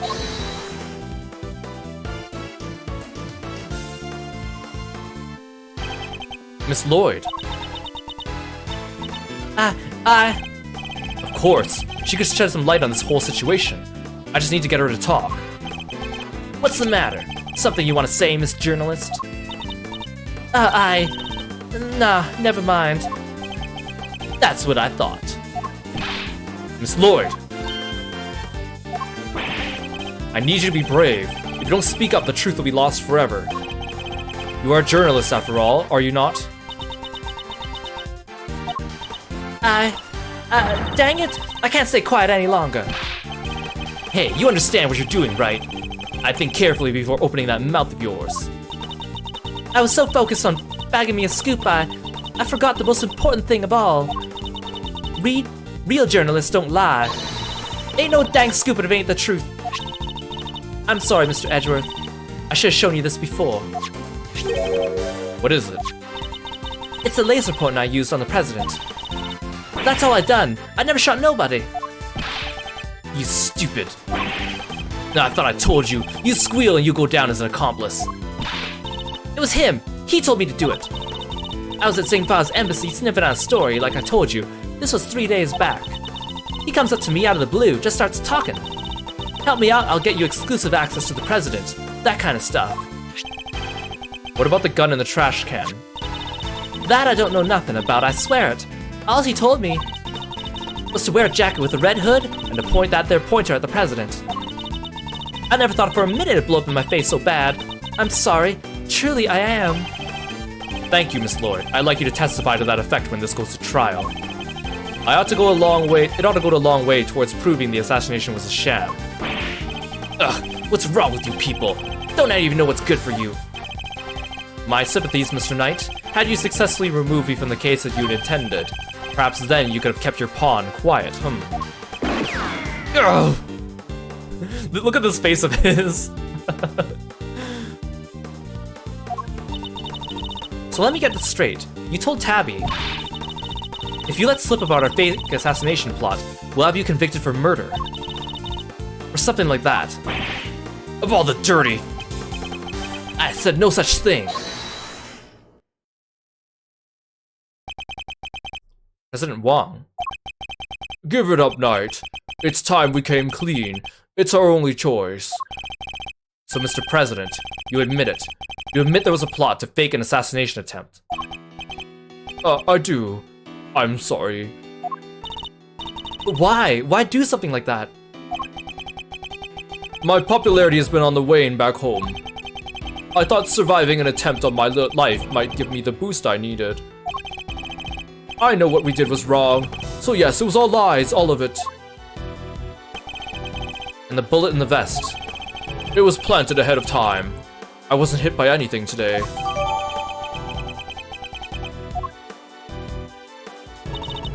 But then, what was up with the killer? Our plan got out somehow. And then he just appeared, hell-bent on turning our fake assassination attempt into a real one. Hence the red raincoat, I suppose.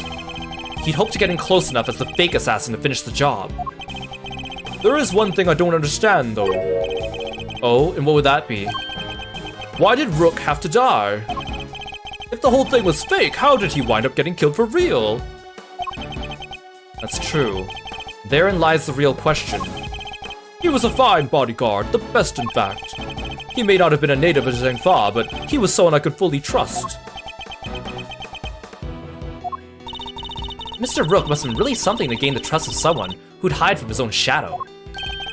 Sounds like he was as trustworthy to President as I am to you, huh, sir? I believe that's for me to say, Detective, not you. Mr. Rook must have known about the plan too, then, correct? He wasn't aware of any specific details, so not really. I tried to involve him, but he refused.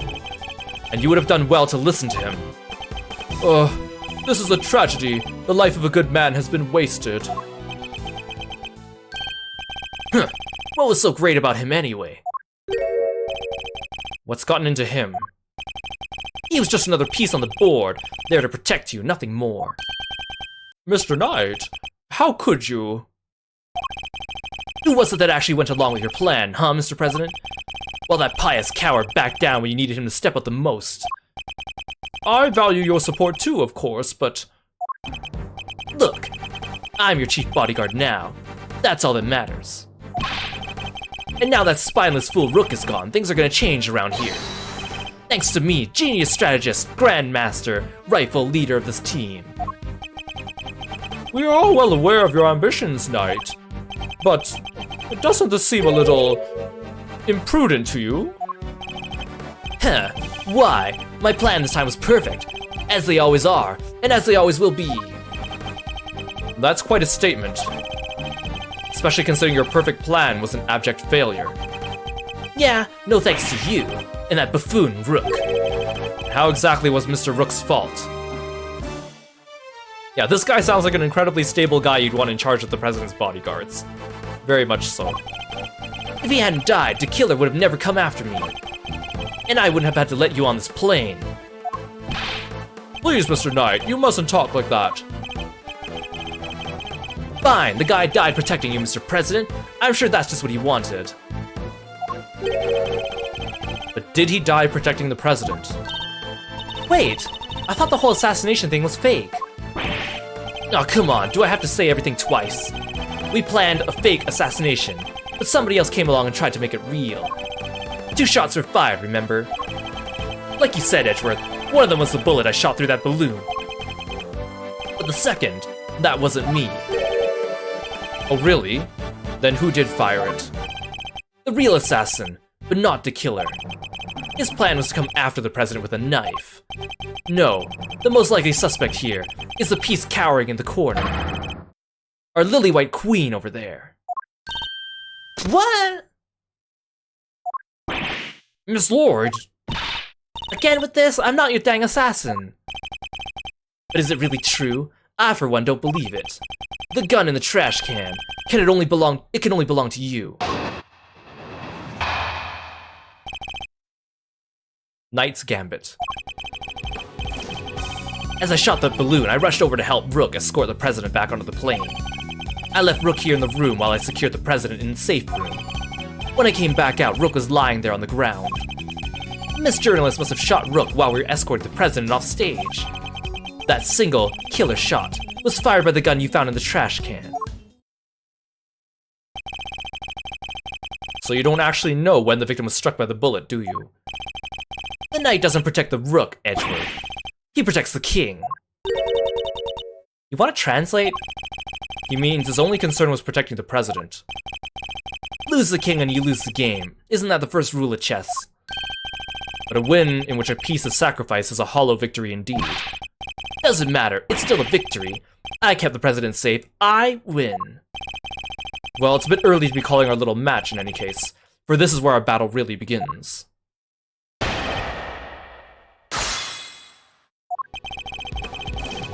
As soon as I shot that balloon, I rushed over to help Rook escort the president back onto the plane. Hold it! The victim really didn't take part in your little plan then, did he? No, and we kept him in the dark on the details. So he really thought the president was in danger. But wait, he must have noticed that the shot came from right next to him. Maybe he did, guess we'll never know. Even if he did know it was a sham, he still had a job to do. He still had to protect his king. And he was able to make a judgment like that in a split second. Impressive. He really was as capable as they say. Not so capable I couldn't read him like a book. I made it so he had no choice but to go along with our little performance. I left Rook here in this room while I secured the president in the safe room. Hold it! Why do that? You and the president both knew the whole thing wasn't real. But it had to seem real. There were people everywhere. It's not a good look, right? Imagine if someone had spotted a man who'd just been shot at, hanging out in his plane sipping grape juice like he didn't have a care in the world. What was the victim doing during all this? Who knows? I was in the safe room, like I said. Anyway, when I came back out, Rook was lying there on the ground. Hold it! Where on the ground exactly? Right where he is now, the middle of the floor. The door to the outside was shut, though. Guess the bullet must have hit him right before he closed it. And thanks to his little blunder, my whole plan fell apart. Mr. Knight, you mustn't talk that way. He may have kept you safe, Mr. President, but he isn't here now to save your good name. I'd call that dereliction of duty. What would you call it? An honorable try, which is more than what you'd give, I'd say. Sorry, but that's just how it is. This journalist must have shot Rook while we were escorting the president off stage. Weren't you and Mr. Rook both carrying bulletproof attaché cases? Yeah, opened them right after Rook spotted the laser sight. We moved into covering positions and used them to shield the president. So the bullet that hit Mr. Rook traveled through a gap in that defensive shield. Do you really believe Miss Lloyd to be that skilled a marksman? Huh, no, she was aiming for the president. That makes her a lousy shot. So it was pure coincidence Mr. Rook was hit. And the bullet simply happened to find its way past your attaché cases and through the gap in his vest. Seems crazy to me too, but the facts are the facts. It was a shot in a million, but the shooter hit the bullseye, and the proof is in your hands. A single killer shot was fired by the gun you found in the trash Hold can. it! So the second shot had nothing to do with you. Right, that one's fired by your little friend. Imagine the scoop she'd bagged if it hit its mark. I'm a journalist, you hear? I don't make facts, I report them. Yeah, a journalist who signed up for a fake assassination plan in hopes of getting a story. That's not... Look, I'll admit it, I set the whole thing up. And your role was to aim that laser pointer at the president. It's not my fault it wasn't enough for you. You were the one who decided to bring a gun to the party. Who knows, maybe you thought if you kept on shooting, you could shut me up too. So Mr. Knight's suggesting he first fired one shot, then Miss Lloyd fired one more. Yeah, basically implying Tabby also had a gun on her. Beats me where she could have got one from, but hey. His entire testimony is pure conjecture. You can't prove any of it. You're right, let's hit him with some cold, hard, and undeniable evidence.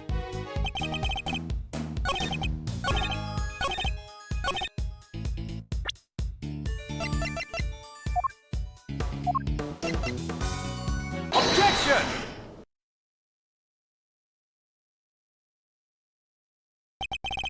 So you contend it was you who shot the balloon, and Miss Lloyd who shot Mr. Rook. Are you sure about that? Yeah, I'm sure. While what you proposed would have indeed matched up with the total number of shots heard, the gun from the trash can itself has also been fired twice. Ugh. And why would the supposed number of shots heard from this gun differ from the number of spent rounds? It's simple, because it was planted by the real perpetrator of the crime. Somebody faked the evidence. Yes, and if you think about it, their reason for doing so was obvious. To ensure that whoever found the gun would conclude the shooter had been in the spectator area. In order to do that, they had to make it seem as if both shots had come from with one weapon. I get it. So that's why it's got 2 spent rounds, huh? Precisely. As we've already proven, the bullet that burst the balloon came from a different weapon. Which makes it entirely possible the bullet which killed Mr. Rook didn't come from this gun either. Huh. Nice work, Edgeworth. That's some high-grade sleuthing. Why don't you get to the point? You've come this far, spit it out. Oh, I intend to, don't worry. The person who really shot Mr. Rook was... Take that! You, Mr. Knight. You're the one who murdered Mr. Rook. Ugh. Finally got up the courage to say it, huh? Surely not. Surely you wouldn't have. It wasn't only the killer who tried to take advantage of the fake murder plot. You killed Mr. Rook hoping that he would look like accidental victim of the bungled assassination. With the president locked away in the safe room and the door of the airplane tightly closed, it was just you and Mr. Rook, alone, together. And that was when the third bullet was fired, right into your colleague's body. Objection! Wait, you're really gonna claim there's a third one now? You just said only 2 gunshots were heard. Wanna tell me how that works? Objection! Airplane cabins are practically soundproof, Mr. Knight. If you close the door, nothing can be heard from the outside. Not even gunfire. But wasn't the president right next door? Very true, which means he may have heard the shot himself. Well, Mr. President? I didn't hear anything. But you can observe this room through your security feed, can you not?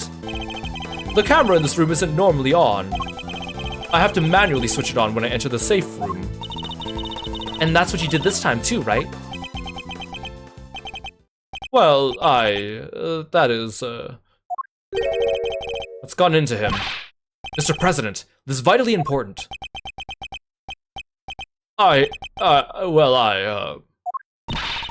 Please, Mr. President Wong. Fine, I was busy hiding under the bed, covering my ears. What? Even though you knew the whole thing wasn't real? Yes, because I hate the sound of guns.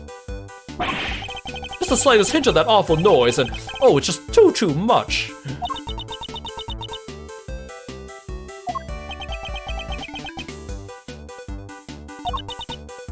Ugh, that there's sadder than a pot of overcooked crawfish. Mr. Knight, you saw that President Wong was cowering beneath the bed. What's more, you knew from the monitor bank the security camera for this room hadn't been switched on. Which means you knew the circumstances were perfect for you to fire the third shot straight at Mr. Rook. Knight, how could you? Could you really have betrayed my trust so horribly? You think I killed the old halfwit? You don't trust me much, huh?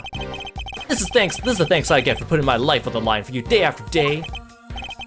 I want to believe you, but... I don't get it. I just don't get it. What is there to doubt here? What, you don't believe the girl over here could have done it? No, because this gun isn't the murder weapon. We know this from the number of bullets fired. Yeah? Well, how do you know there wasn't a spent bullet from the start? What? Someone could have fired a bullet from that gun yesterday, or the day before. Then today another bullet. The bullet that hit Rook. That's pure speculation, pal, and you know it. Maybe, but can you prove it's not true? Not with any certainty, no. You're nothing without conclusive proof, so come on. A single piece of evidence straight through my heart. I dare you. Well, what are you waiting for? Ugh. There must be something. Mustn't there, Mr. Edgeworth? If we can't prove it, Tabby's... Please, Ruffles.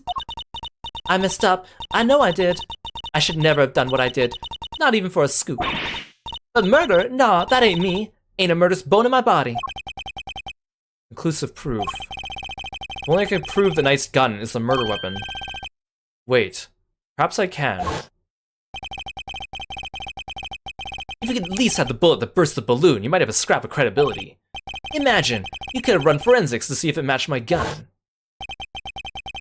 If we had the bullet that hit Mr. Rook, forensics could tell us which gun it was fired from. No proof, no case. End of conversation. Objection! Hold it right there. What now? You're not about to claim you do have proof. Of course I do. This ought to be good. Alright, bring it on. Show me this proof of yours. The bullet that killed Mr. Rook is the key to ending our little game. Very well, my conclusive evidence is not in my possession. Not currently in my possession. Alright then, thanks for playing, folks, but that's game over. However, it is here in this room. What? As we know, the bullet that killed Mr. Rook passed through his body. Where did it end its journey? Perhaps we should cast our minds back to an earlier conversation. After passing through his body, the bullet that took Mr. Rook's life then found itself lodged in the vest. He's right. If the president hadn't been wearing that vest, things could have been a lot worse. But now, of course, we know the so-called assassination attempt was a complete fabrication. The vest was prepared in advance, made to look as if it had been hit by a bullet. Which begs the question, where is the real bullet? I like it, a twist. This is good stuff, Edgeworth. Come on, don't keep us in suspense. Does any of the evidence point to where the bullet that killed Mr. Rook might have ended up? Take that! There's something very clearly missing from this room. Yes, a prosecutor with some common sense. Take a look at the bank of security monitors. Oh! I see you've caught on, Mr. President. Splendid. There are screens here showing the views from all around the airplane, inside and out. The only external angle not covered is the right-hand side of the aircraft. And that's because one of the monitors is missing. Ugh. There was a monitor in that space previously, wasn't there, Mr. President? Oh, there was. I had no idea what my plushie's doing there now, though. It appears to be someone's vain attempt to hide what is obviously lacking. But where did it go, and why? The why is easy enough to answer, because it was struck by a bullet.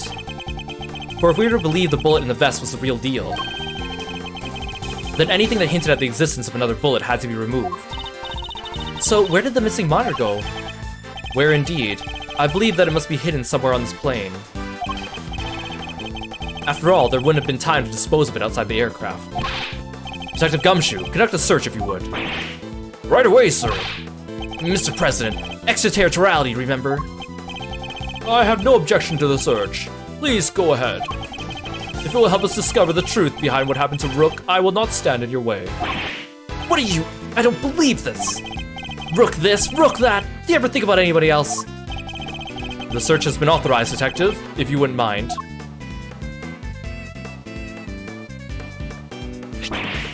Sir, I found the monitor. Excellent work. Now go ahead and extract the bullet.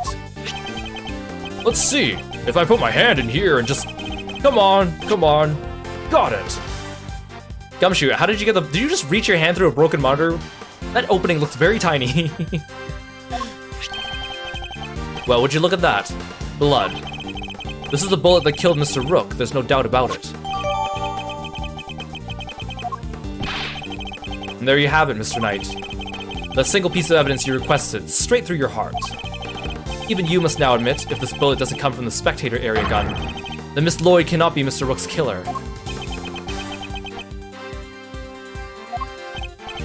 What, no pithy comeback? Detective, have forensics analyze the bullet for striations, and compare them to the gun we found.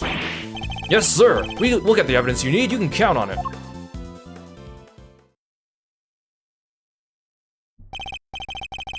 Alright, let's hear what forensics has to say. Our findings are as follows, sir. Firstly, the blood on the bullet is indeed that of the victim, proving that it was the bullet that killed Mr. Rook. Secondly, we found Mr. Knight's fingerprints on the gun, probably from when I handed all the evidence over to him. Now for the key part, the striations. If they're not a match, then Miss Lloyd is in the clear. Lastly, the striations of the bullet are a match with this weapon. What? But how could that be? No way! Oh, come on! There's no doubt about it, sir. This is the gun that fired the bullet. How? Well, isn't that something? Conclusive proof that I was right. What's the matter? You didn't think you had me backed into the corner, did you? Guess you misread the board. Because the only one backed in the corner here is you.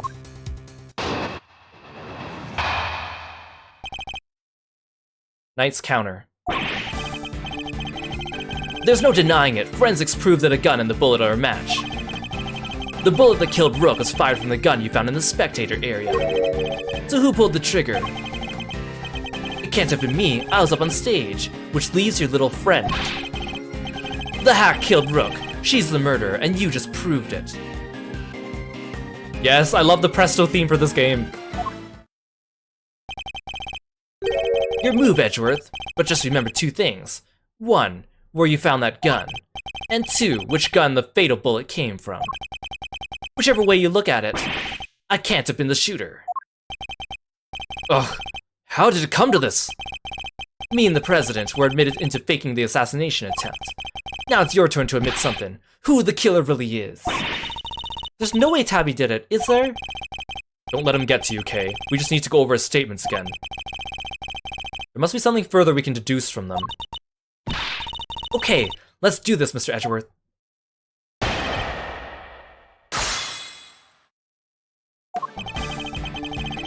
There's no denying it. Forensics proved the gun and the bullet are a match. Hold it! No, that's... Objection! What was it you said? That forensics would back you up? Ugh. How does it feel to be shot in the chest by your own conclusive proof, huh? Not so good, I imagine. The bullet and the gun are a match, Mr. Edgeworth. That kinda has to mean Tabby pulled the trigger, no? Even so, I simply cannot accept that. But sir, there's no denying the evidence. There isn't. So what am I missing? If I assume Miss Lloyd to be innocent, the gun and the bullet shouldn't be a match. What is it, Kay? I was just thinking, if the evidence points to something that doesn't seem possible, maybe there's something wrong with it. You're asking me to call the evidence into question. Well, there's no way Tabby did this, right? So if the evidence says she did, then the problem must lie there. You seem very sure about this. Call it my great thief's intuition. Intuition, huh? Still, she could be right. I simply don't believe Miss Lloyd to be a malicious liar, which means... As someone who believes that evidence is everything in court, the irony is not lost on me. But, if I were to call a piece of evidence into question, it would have to be... If something untoward is going on here, it would have to involve the weapon, not the bullet. After all, we only just recovered the bullet a little while ago. Furthermore, we know that Mr. Knight had an opportunity to handle the gun. Now hand over the evidence you have gathered, and remove yourself from this plane. I'd do as he says if I were you, Edgeworth. Ugh. This can't really be the end of the line, can it? Indeed, he had ample opportunity. There's no doubt that this gun is a weapon that was used in the crime. Which means it must belong to... Take that! This gun belongs to Mr. Knight. He switched them around. That has to be it.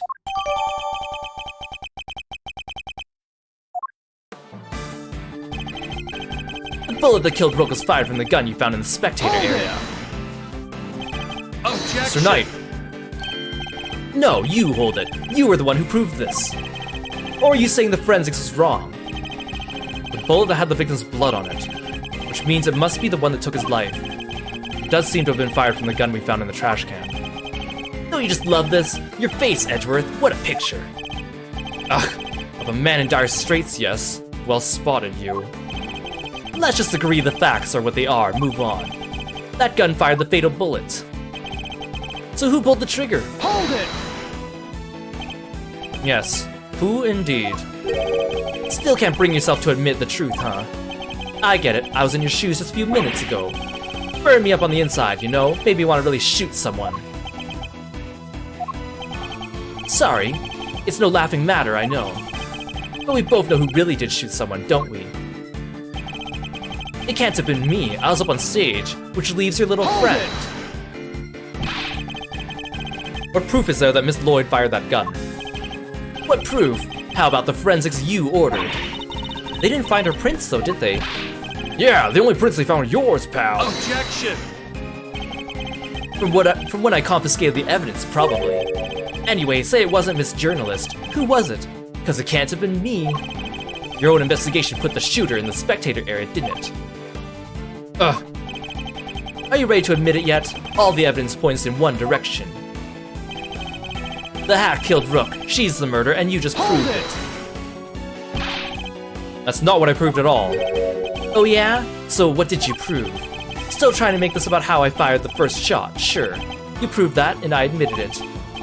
So what? You're forgetting. You're here to do one thing, and that's one thing only.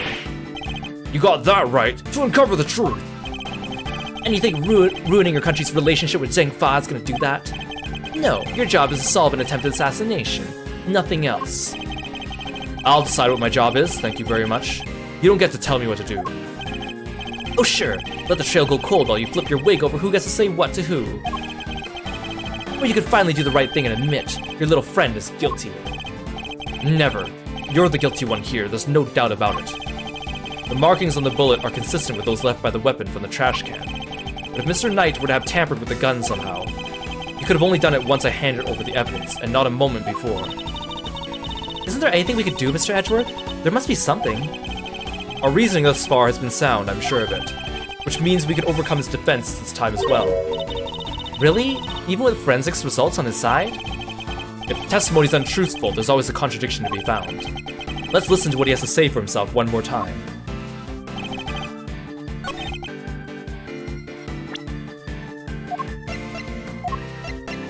Objection!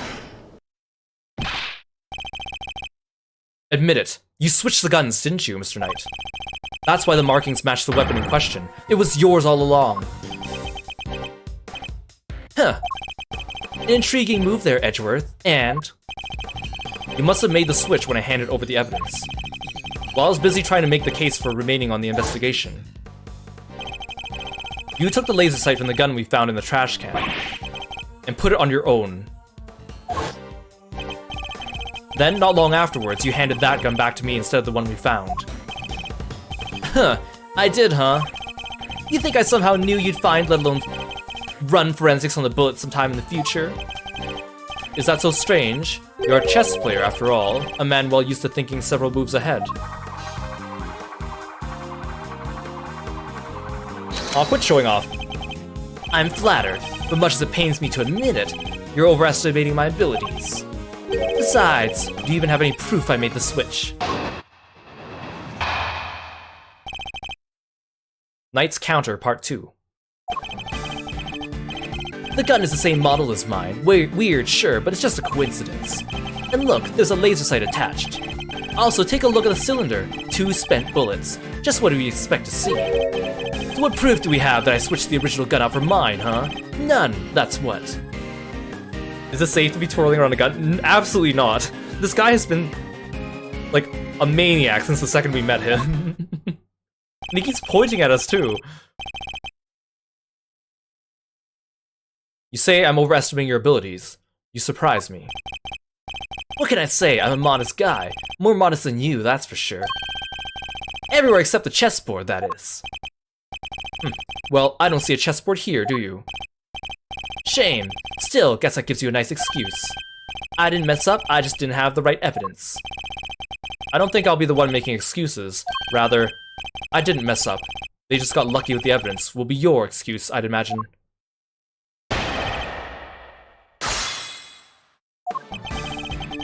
The gun is the same model as mine. Weird, sure, but it's just a coincidence. A coincidence, you say? Or was it a necessity? It can't be both, pal. Sure it can. We bodyguards need to protect the president. And the girl needs to use a gun, but she probably didn't know a whole lot about them.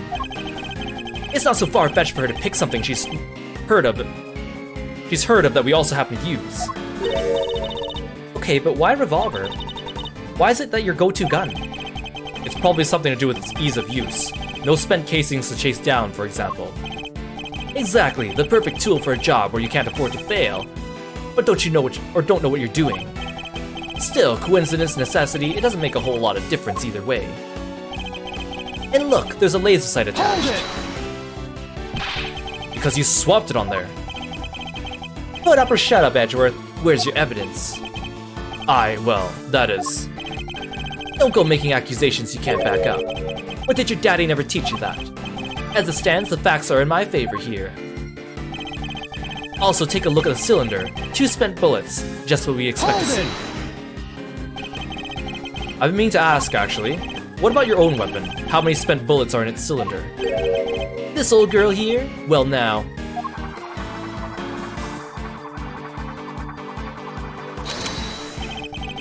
I let loose a few rounds earlier, as you saw. He reloads his gun every time he fires it. Even if I were to tell you how many there were at the time, you'd have no way of verifying that. Of course, in order to swap the guns properly, he'd have to maintain the right number of bullets per gun. He didn't have the chance to put on any gloves, though, which means... Alright, I think it's about time you did the right thing and resigned, don't you? Game's all but done, see? So what proof do you have I switched the original gun out for mine, huh? None, that's what. Hold it! The proof is... something you clearly don't have. If you did, you'd have made your move by now. We do have proof, right, Mr. Edgeworth? We won't be given the chance to investigate any further. I'll have to work with what we gathered. Think, Miles, think. Consider all the possibilities. Huh. If you got the goods, it's now or never. How are we supposed to prove he switched the guns? Unfortunately, we don't have any direct evidence of his wrongdoing. But that in itself is proof of a kind. Because otherwise the striations shouldn't line up like they do, right, sir? Right. We must carefully consider and infer what we can from the evidence he brings in his testimony. The truth is in there somewhere.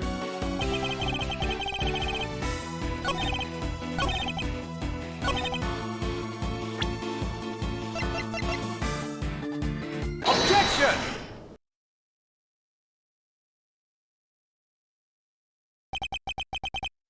I have your proof. Right here. That's your proof? I think you've been working too hard, Edgeworth. Not the gun itself, the evidence it carries. Evidence that will prove once and for all that it does in fact belong to you. I'm looking forward to this. Go ahead, make your move. What's about to come into play? The rook? The bishop? Not a pawn, surely. The evidence the gun will provide takes the form of fingerprints. Namely, your fingerprints, Mr. Knight. Objection! My prints? Ha! Of course my prints are on the gun. You handed it right to me when you gave up the evidence. How could they not be on there? Objection! What if I told you there are prints on a part of the gun that you shouldn't have touched at any point? Ugh! But where? You can't prove that. Oh, but I can.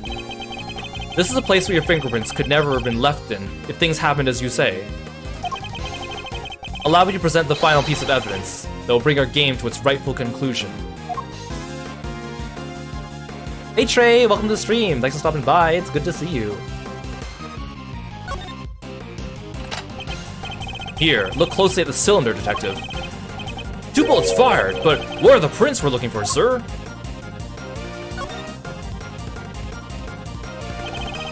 You did indeed switch the guns when I handed you the evidence. But if that were all you had done, your deception would have been easily detected. But the number of bullets fired by each gun was different. There were 2 spent bullets in the gun we found. Yeah, but what about Mr. Knight's gun? We know that he fired 2 bullets from the stage into the balloon. And he fired another bullet into Mr. Rook, ending his life. So 3 bullets in total, plus the few odd ones he let loose in shock during our little game. After each shot, he reloaded his gun out of habit. With his bare hands, of course. No. Officer, where exactly were Mr. Knight's fingerprints found? The ones you mentioned in your report. Sir, they were found on the exterior of the weapon, but also on the bullets themselves. I'm not sure they could have gotten there just from me handing you the evidence, Mr. Knight. That's... And there we have it. Proof you did indeed switch the guns. This gun, the one which fired the bullet that killed Mr. Rook, is yours. And in taking his life, you are the true assassin. I didn't.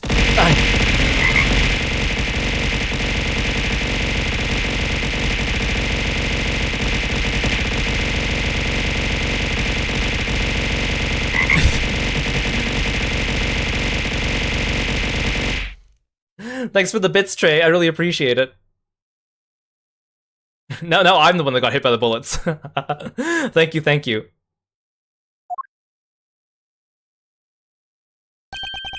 Checkmate. No.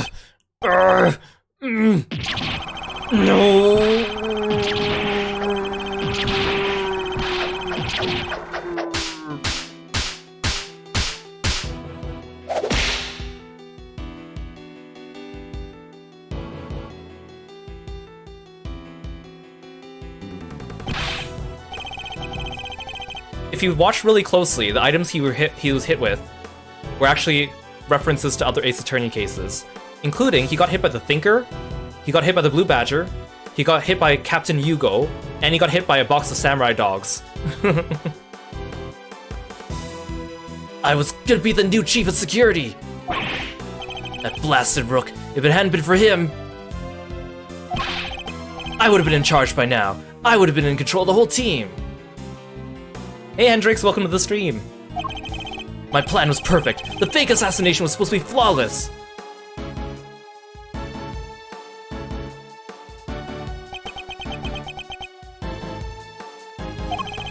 Detective Gumshoe. Right away, sir.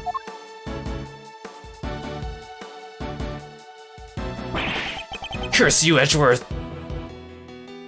Also, an interesting thing to note.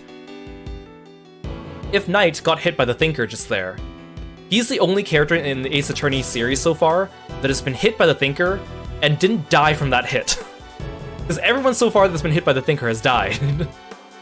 He's got a hard head, I guess. Our game isn't over yet. I'm afraid this is as far as we go for today. The next moves we play will be in the courtroom. But it's not fair! It's not fair!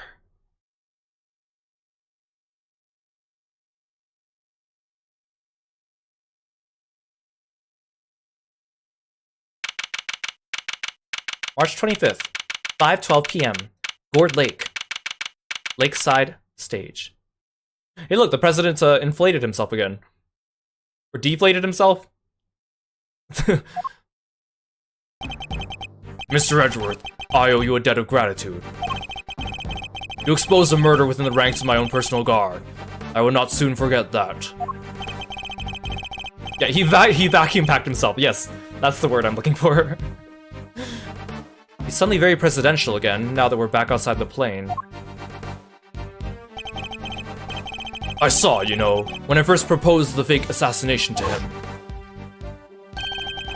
You want me to handle it, not Rook? Rook refused, but I can rely on you, can't I? Of course, sir. You can count on me. I'll put together a plan that can't possibly fail. And he'll play his part like the pawn he is. The hatred in his eyes was plain to see. He despised poor Rook. I was not entirely comfortable moving forward with Knight in charge of our little deception. And looking back, I think he sensed my discomfort. I can't help but think I played a part in his decision to end Rook's life. Mr. President, none of this would have happened if you hadn't plotted to fake an attempt on your life. That was your crime, and it's a crime you'll have to live with. You are right. I only apologize for the part I played. I will no doubt be made to pay for my actions in one way or another. But I thank you nonetheless. You solved the riddle of Rook's demise, and for that I shall be eternally grateful. I'll be here in your country for a little while longer yet. When I've returned home, perhaps you will visit us in Zhengfa. You will always be welcome. Also, the fact that he has, like, elf ears, too. Oh, thank you, thank you, thank you! Y'all don't know how grateful I am. All's well that ends well. Miss Lloyd, the accusation of murder made against you was of course entirely groundless. But the fact remains you were a willing participant in the staged assassination attempt. The police will no doubt wish to speak with you about the matter.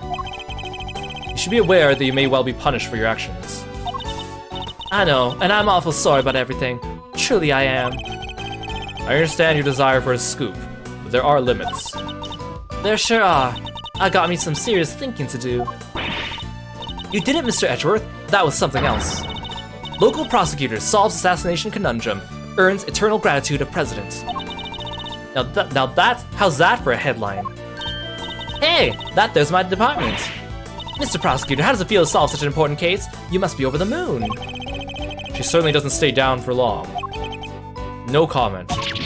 Dang, you're one tight-lipped son of a gun. As well I should be. This case is not over yet. It isn't? How come, sir? Because until we unravel the story behind this, the case will never be completely over. Take that! The killer's calling card. Mr. The Killer has yet to complete his assignment. You mean he might still try to murder the president? I hope I'm wrong, but if I'm not, this could all blow up into something more sinister yet. As one would expect with the attempted assassination of a president. The case was all over the news, and my preparations for Mr. Knight's trial were constantly interrupted by requests from the press. There wasn't a person in the land who didn't know about the case. Everybody was talking about it. In the midst of the frenzy that followed, nobody noticed that this was only the first move in a game far bigger than any of us could have imagined.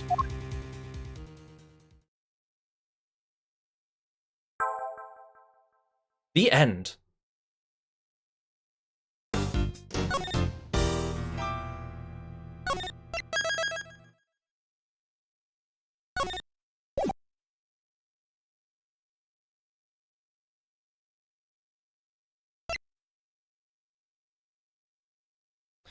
Oh, thank you for the stretch. I really appreciate it, Lork. You guys at home, make sure you stretch as well. Make sure you're sitting up straight in your seats. Wasn't that fantastic, guys? For those of you experiencing it for the first time? Do you see what I mean when I say the stark contrast between this first case and the first case of the last game? Like in the last game, right, they showed us the culprit within the first 5 seconds, which I always hate when they do that, in any case, even if it's a tutorial. So here, like, we went into the case, we didn't know who the culprit was. There was a great red herring with Tabby Lloyd. We had an appearance by Shelly the Killer, which is pretty awesome as well. We had the whole thing with the president, I think was kind of cool too, and then how he deflated was pretty fun.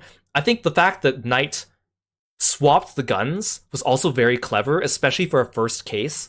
You don't really see antagonists do stuff like that until later into the game usually. And usually we have very few instances where the evidence we hold is actually faulty in some way, so it's nice that they actually hinted towards that as well. But we also have a lot of breadcrumbs for what is yet to come, right? They alluded to the fact that it's not over, we don't know what the killer's goal was, the president said that, you know, he'll hang around and other things might happen. So there we go. The very first case of Ace Attorney Investigations 2, Prosecutor's Gambit. So tomorrow, we're going to start episode 2, The Captive Turnabout. And I'm actually not sure if I want to do The Captive Turnabout all in one stream or break it up into 2. I could probably do either, so I'll decide tomorrow, but it'll be one of the two, because I think it's around 5 to 5.5 hours long if I did it all in one sitting, which I could probably manage, but the question is, do I want to do that tomorrow, of all days? So I guess we'll see. But thank you so much. I hope you guys are enjoying it as well. Oh, and the music was great too. Especially that track that plays whenever Shelly the Killer like started threatening someone and it played like the action music. I think was really good. And like the cross-examination theme, the Presto theme, the Edgeworth theme, the Pursue the Truth theme are all really good in this game in particular, I feel. Yeah, thank you everyone for coming by. I really appreciate it. Thank you so much for the bits. Thank you so much for everything. Let's go and raid someone. Okay, we're gonna raid Hoodie Inu. He's celebrating his 2-year VTuber anniversary and doing some community events. So let's go say hi to him. I'll see you guys tomorrow for more Ace Attorney Investigations 2. Thanks, guys. Bye, Froggy fans.